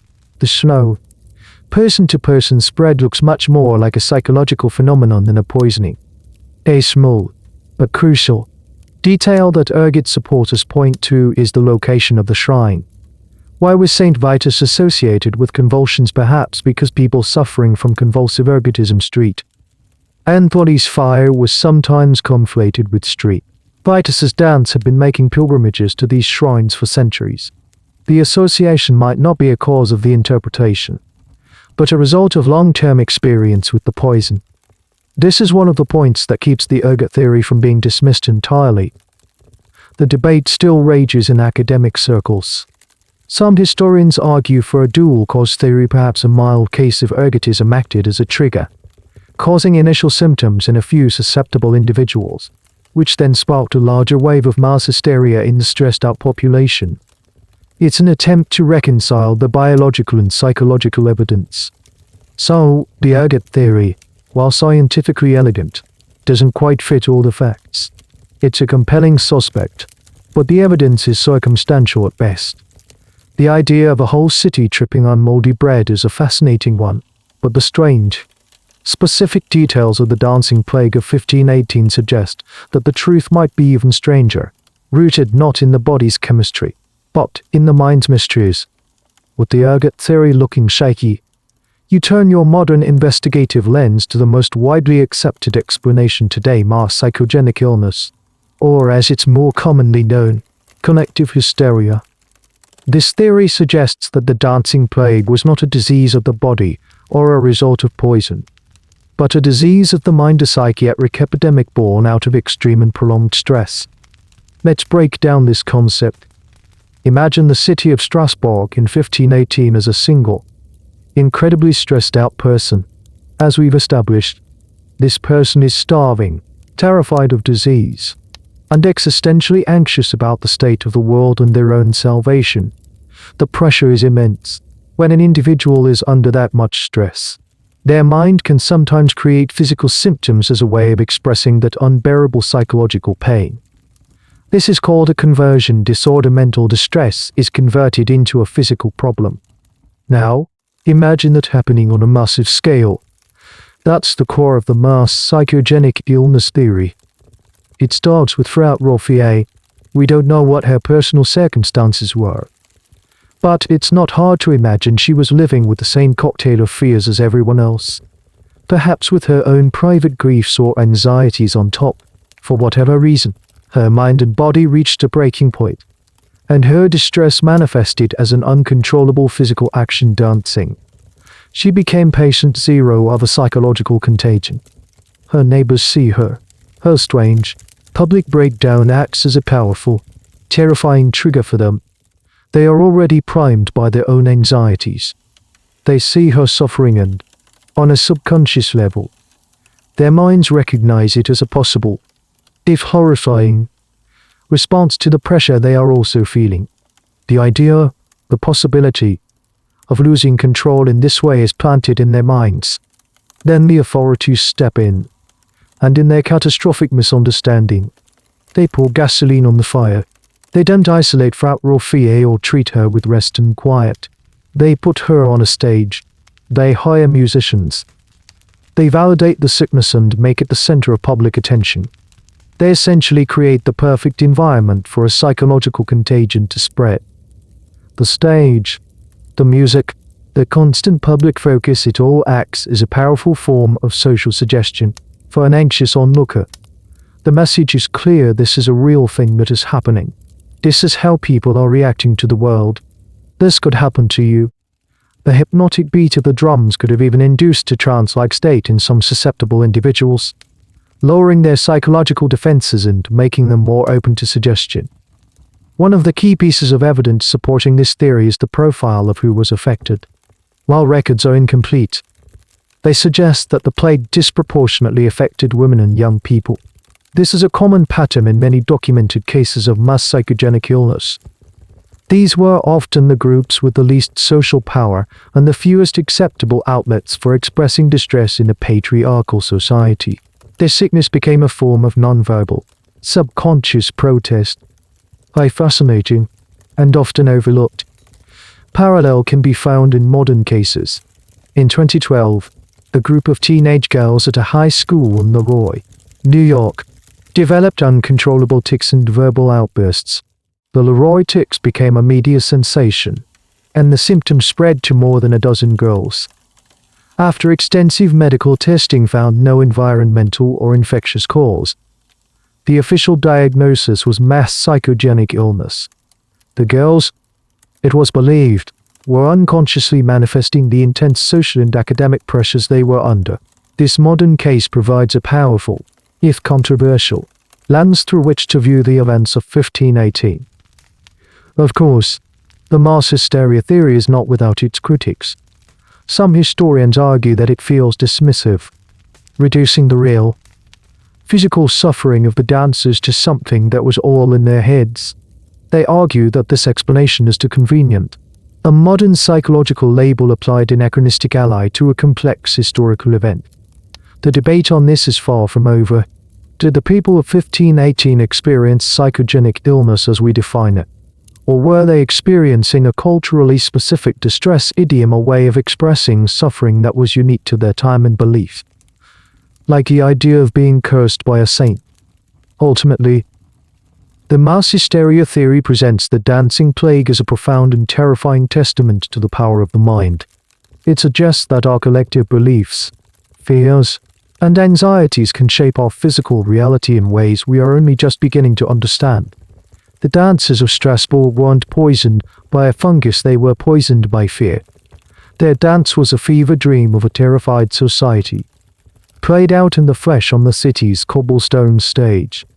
While the scientific debate has largely settled into a contest between ergotism and mass hysteria, there's another, more conspiratorial theory that lingers in the historical shadows. is the idea that the dancing plague was not a spontaneous event at all, but a deliberate, organized act, the ritual of a secret, heretical cult. To understand this theory, you have to remember the intense religious turmoil of the time. The Protestant Reformation was just beginning.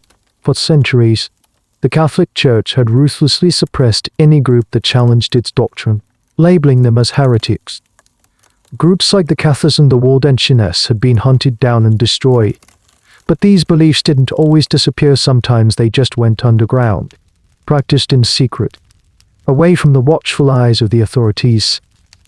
The proponents of the secret cult theory suggest that the dancing plague was one of these secret rituals bursting out into the open.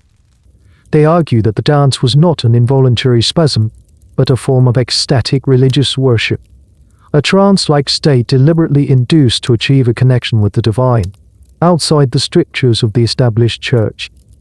Imagine it this way: a secret group, perhaps a revival of an older Gnostic or pagan tradition, has been meeting in cellars or remote forest clearings for years. Their rituals involve music, chanting, and ecstatic dancing to achieve a state of spiritual euphoria. In the high-stress environment of 1518, they decide to take their worship public, either as an act of defiance or in the genuine apocalyptic belief that their ritual can help heal the sick and anxious city. Frau Drolfier, in this version of the story, is not a random victim, but a high priestess or a devout member, intentionally beginning the ritual in the street. The people who join her are not victims of contagion, but fellow cult members, emerging from the shadows to join the public worship. This theory can be compelling because it seems to explain some of the more puzzling details. It explains why the dancers could go on for so long. They were driven by religious fervor, a powerful source of endurance. It could explain why the official cure of building a stage and hiring musicians backfired so spectacularly. The authorities unwittingly provided the cult with the perfect, city-sponsored platform for their ritual. They thought they were treating a disease, but they were actually hosting a heretical religious festival. One of the key pieces of evidence cited by supporters of this theory is the variety of the dancers.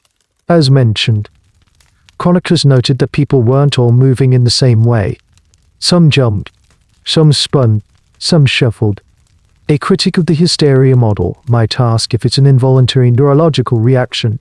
Shouldn't the movements be more uniform? The cult theory suggests these were different established forms of ritual dance within their tradition. However, like the other theory, the secret cult explanation has some major problems. The biggest one is a complete lack of direct evidence. There are no surviving texts from such a cult. No one who was cured at the shrine of Saint Vitus ever confessed to being part of a heretical group. The entire theory is built on inference and circumstantial evidence. It connects the dots between the event and the known existence of heretical groups in the region, but it can't produce a smoking gun. Furthermore, the sheer misery and high death toll don't align well with the idea of a joyful, ecstatic ritual. While religious ecstasy can push the body to its limits, the accounts described suffering, not euphoria. The faces of the dancers were masks of agony, not bliss, and it's hard to imagine a belief system that sees dying from exhaustion as a successful religious outcome for a large portion of its followers. That's no, but interesting. Counterpoint is the existence of historical groups known as chorus ants or dancing pilgrims in the 14th and 15th centuries. These were organized groups who traveled from town to town, engaging in public displays of dancing, singing, and convulsive movements. They were often seen as heretical and were suppressed by the church. The question historians still debate is whether the 1518 event was a late, disorganized echo of these earlier, more structured movements, or something else entirely. Was it the last gasp of an old tradition, or the birth of a new, spontaneous phenomenon? Ultimately, the secret cult theory remains the most speculative and least accepted of the major explanations. It's a tantalizingly lurid story, full of conspiracy and secret knowledge. But it rests on a foundation of what if rather than solid proof. It serves as a good reminder that when faced with a historical mystery, we often project our own love of narrative and conspiracy onto the past. Sometimes, the truth isn't a hidden plot, but a far messier and more chaotic story of panic, stress, and human fragility. The end, when it finally comes, is not a dramatic, singular event. It's more like a fever that slowly breaks, or a storm that gradually blows itself out.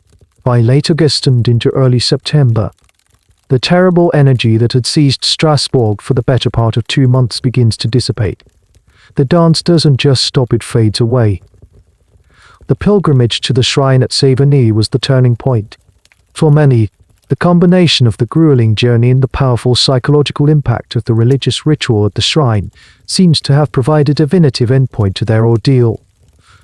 They were cured, either by a miracle of faith or by the sheer power of suggestion. Those who were strong enough to survive the journey and the cure were left in the care of the shrine or were collected by their families, their bodies finally still. Back in Strasbourg, the few remaining pockets of dancers dwindle. The city's new, strict moral codes and the ban on all music and public revelry have sucked the energy out of the streets. The atmosphere of panic has been replaced by one of grim, exhausted piety. This somber environment is not conducive to hysterical contagion. The performance is over, and with no stage and no audience, the show can't go on. You see the last few dancers shuffling in the now empty squares.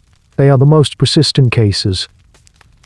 The ones for whom even the pilgrimage might not have worked, or who write a week to be sent. But they are isolated figures now, no longer part of a terrifying mess. They are seen less as a threat and more as what they are: tragic, sick individuals. Without the critical mass of the crowd, the psychological feedback loop is broken. The energy fizzles out. One day, there are a dozen dancers. A few days later, there are only 5. And then, one morning in September, you walk through the city and realize you haven't seen a single person dancing. The silence is absolute. The plague is over. What caused the final end? Historians who favor the ergotism theory have a simple explanation: the contaminated grain supply ran out. The harvest of 1518, whatever its quality, would have started to come in by late summer, introducing a new, clean supply of flour into the city's food system. As people stopped eating the tainted bread, the poisoning stopped, and the symptoms gradually faded. It's a neat, logical conclusion that fits the timeline perfectly. For those who believe in the mass hysteria theory, the end is more complex. It's a combination of factors: the off-ramping provided by the pilgrimage, the removal of the main sufferers from the city, the imposition of a quiet and controlled social environment, and the natural burnout of the phenomenon all contributed. Hysteria, like a fire, needs fuel, stress and suggestion and oxygen, public attention. The city authorities, by first fanning the flames and then desperately trying to starve them, inadvertently saw the fire burn itself out. A little known but poignant detail concerns the very first dancer, Frau Rothier. What happened to her history, frustratingly, does not record her fate. We don't know if she was one of the first to die of exhaustion, a victim of the cure she inspired. We don't know if she survived the horrifying marathon and was sent on the pilgrimage to Savigny. We don't know if she was one of the ones who was cured and returned to a quiet, anonymous life, forever haunted by the memory of her own body's betrayal. Her story starts the plague, but she is swallowed by the chaos she unleashes. Her final chapter unwritten, her anonymity is, in a way, representative of the entire event, a story with a dramatic beginning but a murky, uncertain end. The end of the dancing is the end of the crisis, but it is not the end of the suffering. The city is left to count its dead, which by some contemporary estimates numbered in the hundreds. Though the exact figure is lost to history, families are broken, the economy is in shambles, and there is a deep, collective trauma that will linger for a generation. The dance may have stopped, but the memory of the music will haunt the silence for a long, long time. The silence is the loudest thing in Strasbourg. For weeks, the city soundscape was a relentless assault of drums, pipes, shuffling feet, and agonized cries. Now, there is nothing. The quiet the people prayed for has arrived, but it is not peaceful. It is the heavy, oppressive silence of a graveyard. You walk through the streets, and the city feels like a ghost of itself. The grain market, once the epicenter of the horror, is now just an empty stone square. But you can't see it without also seeing the ghosts of the dancers, the memory of the stage, the shadow of the man who clutched his chest and fell. Every landmark is now layered with a grim memory. The city has leaders, the same men who presided over the disastrous cure and the desperate pilgrimage, now face the daunting task of putting their city back together. Their first order of business is to erase the memory, or at least, control the narrative. They commission special masses of thanksgiving at the cathedral, framing the end of the plague as a victory of their piety. They publicly praise Saint Vitus for his mercy, conveniently forgetting that just weeks earlier, they were accusing him of wrath. It is an exercise in civic damage control. But you can't erase the economic damage. The plague brought commerce to a standstill. Merchants avoided the city, and the local guilds, which were forced to participate in the cure, lost weeks of productive labor. The famine that preceded the plague is still a harsh reality. Now compounded by the economic paralysis, the city is not only traumatized, it is broke. The council has to levy new taxes to pay for the expenses of the stages, the musicians, the pilgrimage, the pensions for the widows and orphans of those who die. This leads to a quiet, simmering resentment among the populace, while the official narrative is one of pious gratitude. The private one, whispered in taverns and homes, is one of anger and blame. People remember the failed hot blood theory. They remember being forced to watch their loved ones dance themselves to death. The council may have survived the crisis, but their authority and the trust of their citizens are deeply wounded. One of the lesser-known consequences of the plague was its effect on the city's medical community. The physicians of Strasbourg were publicly humiliated. Their best science had proven not only wrong but deadly. In the aftermath, there is a subtle shift. While the old humoral theories don't disappear overnight, there is a new, grudging respect for direct observation. The event was a brutal lesson in the limits of ancient texts. Some medical historians argue that the shock of 1518 and similar inexplicable events was a small but necessary nudge that pushed European medicine, ever so slowly, towards a more empirical, modern approach. It was a trauma that forced a painful re-evaluation of what they thought they knew. For the survivors, especially the families of those who danced, life is irrevocably changed. The stigma, though officially lifted, lingers. Your neighbor, whose wife was one of the dancers, is now a widower. How do you interact with him? Do you mention her? Do you pretend it never happened? The social fabric is riddled with these awkward, painful holes. The children are the silent victims. They saw things no child should see. They saw their parents, their aunts and uncles, consumed by a terrifying madness. They lived through a month of intense fear and chaos. The lullabies they hear will now compete with the phantom echo of the drummer's beat. The trauma of 1518 is embedded in the memory of a generation. The question of why still hangs over the silent city.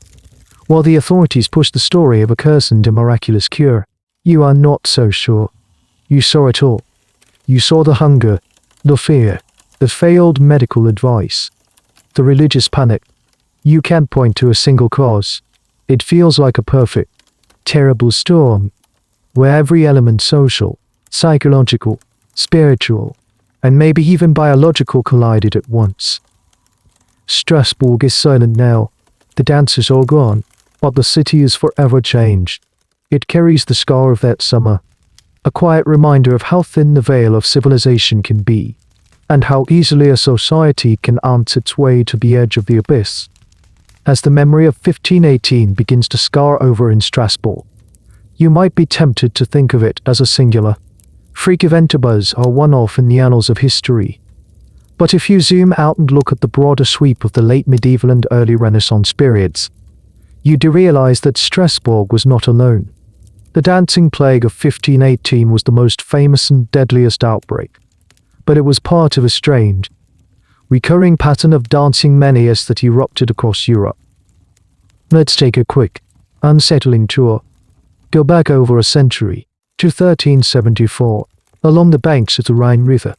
In many of the same German and Alsatian towns, a similar phenomenon occurred. Thousands of people were suddenly seized by an irresistible urge to dance. Chronicles from the time describe them pouring into the streets, forming large circles, and dancing for hours, even days, shouting and claiming to see visions. They, too, seemed to be in a trance-like state, unresponsive to onlookers, until they collapsed from exhaustion. This 1374 outbreak was widespread, affecting towns from Aachen to Cologne, and was also attributed at the time to supernatural causes. Jump forward to Italy in the 16th and 17th centuries. Here, you find a similar, but culturally distinct, phenomenon known as tarantism. The belief was that if you were bitten by a particular type of wolf spider, the tarantula, its venom would cause a deep, melancholic stupor that could only be cured by frantic, wild dancing. When someone was believed to be a victim of tarantism, their family and neighbors would hire musicians to play a specific, fast-paced type of music called the tarantella. The victim would dance for days, sweating out the poison, until they were cured. The parallels are striking. An uncontrollable urge to dance. The belief that more dancing is the cure, the use of specific music to facilitate it. However, a fascinating detail about tarantism is that it was a much more controlled and ritualized event. It was a recognized social and medical phenomenon, and while it was a serious and frightening experience for the victim, it rarely led to the mass death seen in Strasbourg.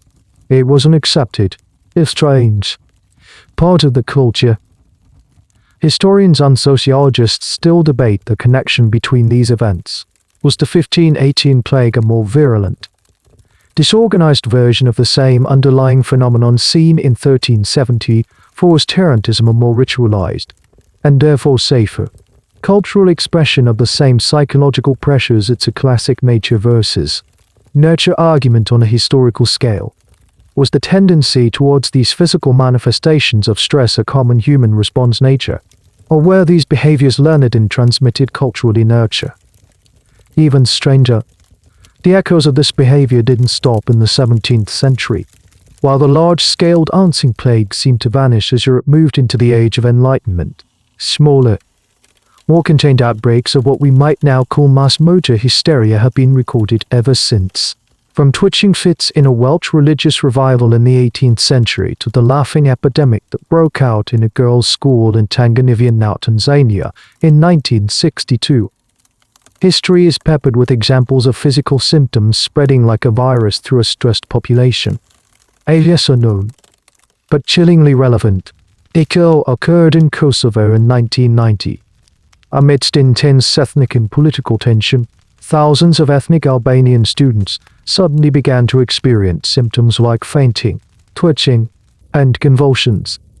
Extensive medical investigations found no evidence of any poison or pathogen. The conclusion was that it was a mass stress reaction, a physical manifestation of the unbearable political anxiety the students were living under. These historical and modern echoes reframe the dancing plague of 1518. It ceases to be just a weird medieval story. Instead, it becomes a powerful case study in the human condition. It demonstrates that under the right conditions of extreme stress, fear, and social pressure, any society, in any time period, can be susceptible to these bizarre, collective psychological breakdowns. The specific expression of the distress may change from dancing to twitching to fainting, but the underlying mechanism remains eerily similar. The dancers of Strasbourg were not just medieval people suffering from a medieval problem. They were human beings, pushed to their absolute limit. Their story is an echo of our own potential fragility, a reminder that the line between order and chaos, reason and madness, is much finer than we like to think. And so, we find ourselves at the end of our journey, back in the quiet, haunted streets of Strasbourg, with more questions than answers. The dust has settled, the dead have been buried, And the silence is a permanent resident. We have walked through the heat and the fear. We have heard the relentless drums. And we have stood before the shrine in the mountains. After all this, what are we left with? What was the dancing plague of 1518? Was it a fungus, a case of mass poisoning from tainted bread that sent a whole city into a hallucinatory, convulsive nightmare? It's a clean, scientific explanation. It fits some of the facts, but it stumbles on others. The slow spread, the specific nature of the dancing, the relatively low though still horrifying death rate. The theory is plausible, but it feels incomplete, too simple to contain the sheer human strangeness of the event. Was it a secret cult, a band of heretics performing an ecstatic ritual in the streets? An act of defiance so bizarre that the authorities mistook it for a disease? It's a dramatic, conspiratorial narrative. It accounts for the organization and the endurance of the dancers, but it lacks a single shred of direct evidence. It remains a ghost story, a tantalizing what if that floats at the edge of the historical record. Or was it a sickness of the soul, a mass psychogenic illness? A psychological stormfront that tore through a population already battered by famine, disease, and a crisis of faith. This is the theory that most historians lean towards today. It sees the dancing not as a symptom of poison or a deliberate act of worship, but as the physical manifestation of unbearable psychic pain. It suggests that the people of Strasbourg, with no other outlet for their terror and despair, simply broke. Their minds chose a horrifying, physical way to scream. This theory feels the most comprehensive, the most human, but it also forces us to confront the terrifying power of our own minds. And this is where we must leave it, in a state of profound uncertainty. The ultimate, definitive cause of the dancing plague of 1518 remains one of history's great unsolved mysteries. Historians, scientists, and sociologists continue to debate, to publish papers, to argue over the details, and the answer they keep coming back to is, it was complicated. It was likely not one single thing, but a perfect storm, a catastrophic convergence of factors, perhaps a bit of malnutrition, a dash of religious anxiety, a foundation of social stress, all ignited by the spark of one woman's personal crisis, and then fanned into an inferno by a panicked and incompetent official response. A final, strange detail to leave you with is the legacy of the term itself. Street Vitus's dance lived on for centuries in medical vocabulary. It became a clinical term for various neurological disorders that cause involuntary, jerky movements, like Sydenham's chorea. The memory of the plague, the image of those cursed dancers, was so powerful that it was absorbed into the language of the very science that has since tried so hard to explain it. The ghost of the dance haunts the footnotes of our medical textbooks. So the next time you feel an irresistible urge to tap your feet to a beat, or you see a crowd swept up in a shared, powerful emotion, maybe you'll think of Frau Roffier. Think of her standing alone on that hot, dusty street, her body beginning to move against her will. Her story is a chilling, 500-year-old reminder that our control over ourselves, and over our societies, is a fragile thing. It's a testament to the fact that sometimes, when the pressure gets too high, the only thing to do is dance, and sometimes, the dance can be deadly. The final, unsettling truth is that we will probably never know for sure why it happened. And perhaps that's the most haunting part of the entire story. And with that unanswered question hanging in the air, let the story begin to dissolve. The hard edges of the cobblestone streets soften and blur. The sound of the drums, which had echoed so persistently, now fades into the gentle, rhythmic hum of the fan in your room. The anxious faces of the crowd melt away, leaving only the quiet, comfortable darkness behind your closed eyelids. You can let go of Strasbourg now. Its fears and its mysteries can drift away on the slow, steady rhythm of your own breathing. You are no longer on a dusty road or in a crowded square. You are safe. You are still. Feel the weight of your own body, completely at rest. A stillness the dancers could only dream of. Feel the gentle pull of sleep. A quiet pilgrimage into your own world of dreams. A peaceful, far away from that strange and frantic summer. There are no more questions to answer tonight, no more mysteries to solve. There is only the soft descent into rest, a slow, easy drift into the peace of the night. The end of the article. Good night.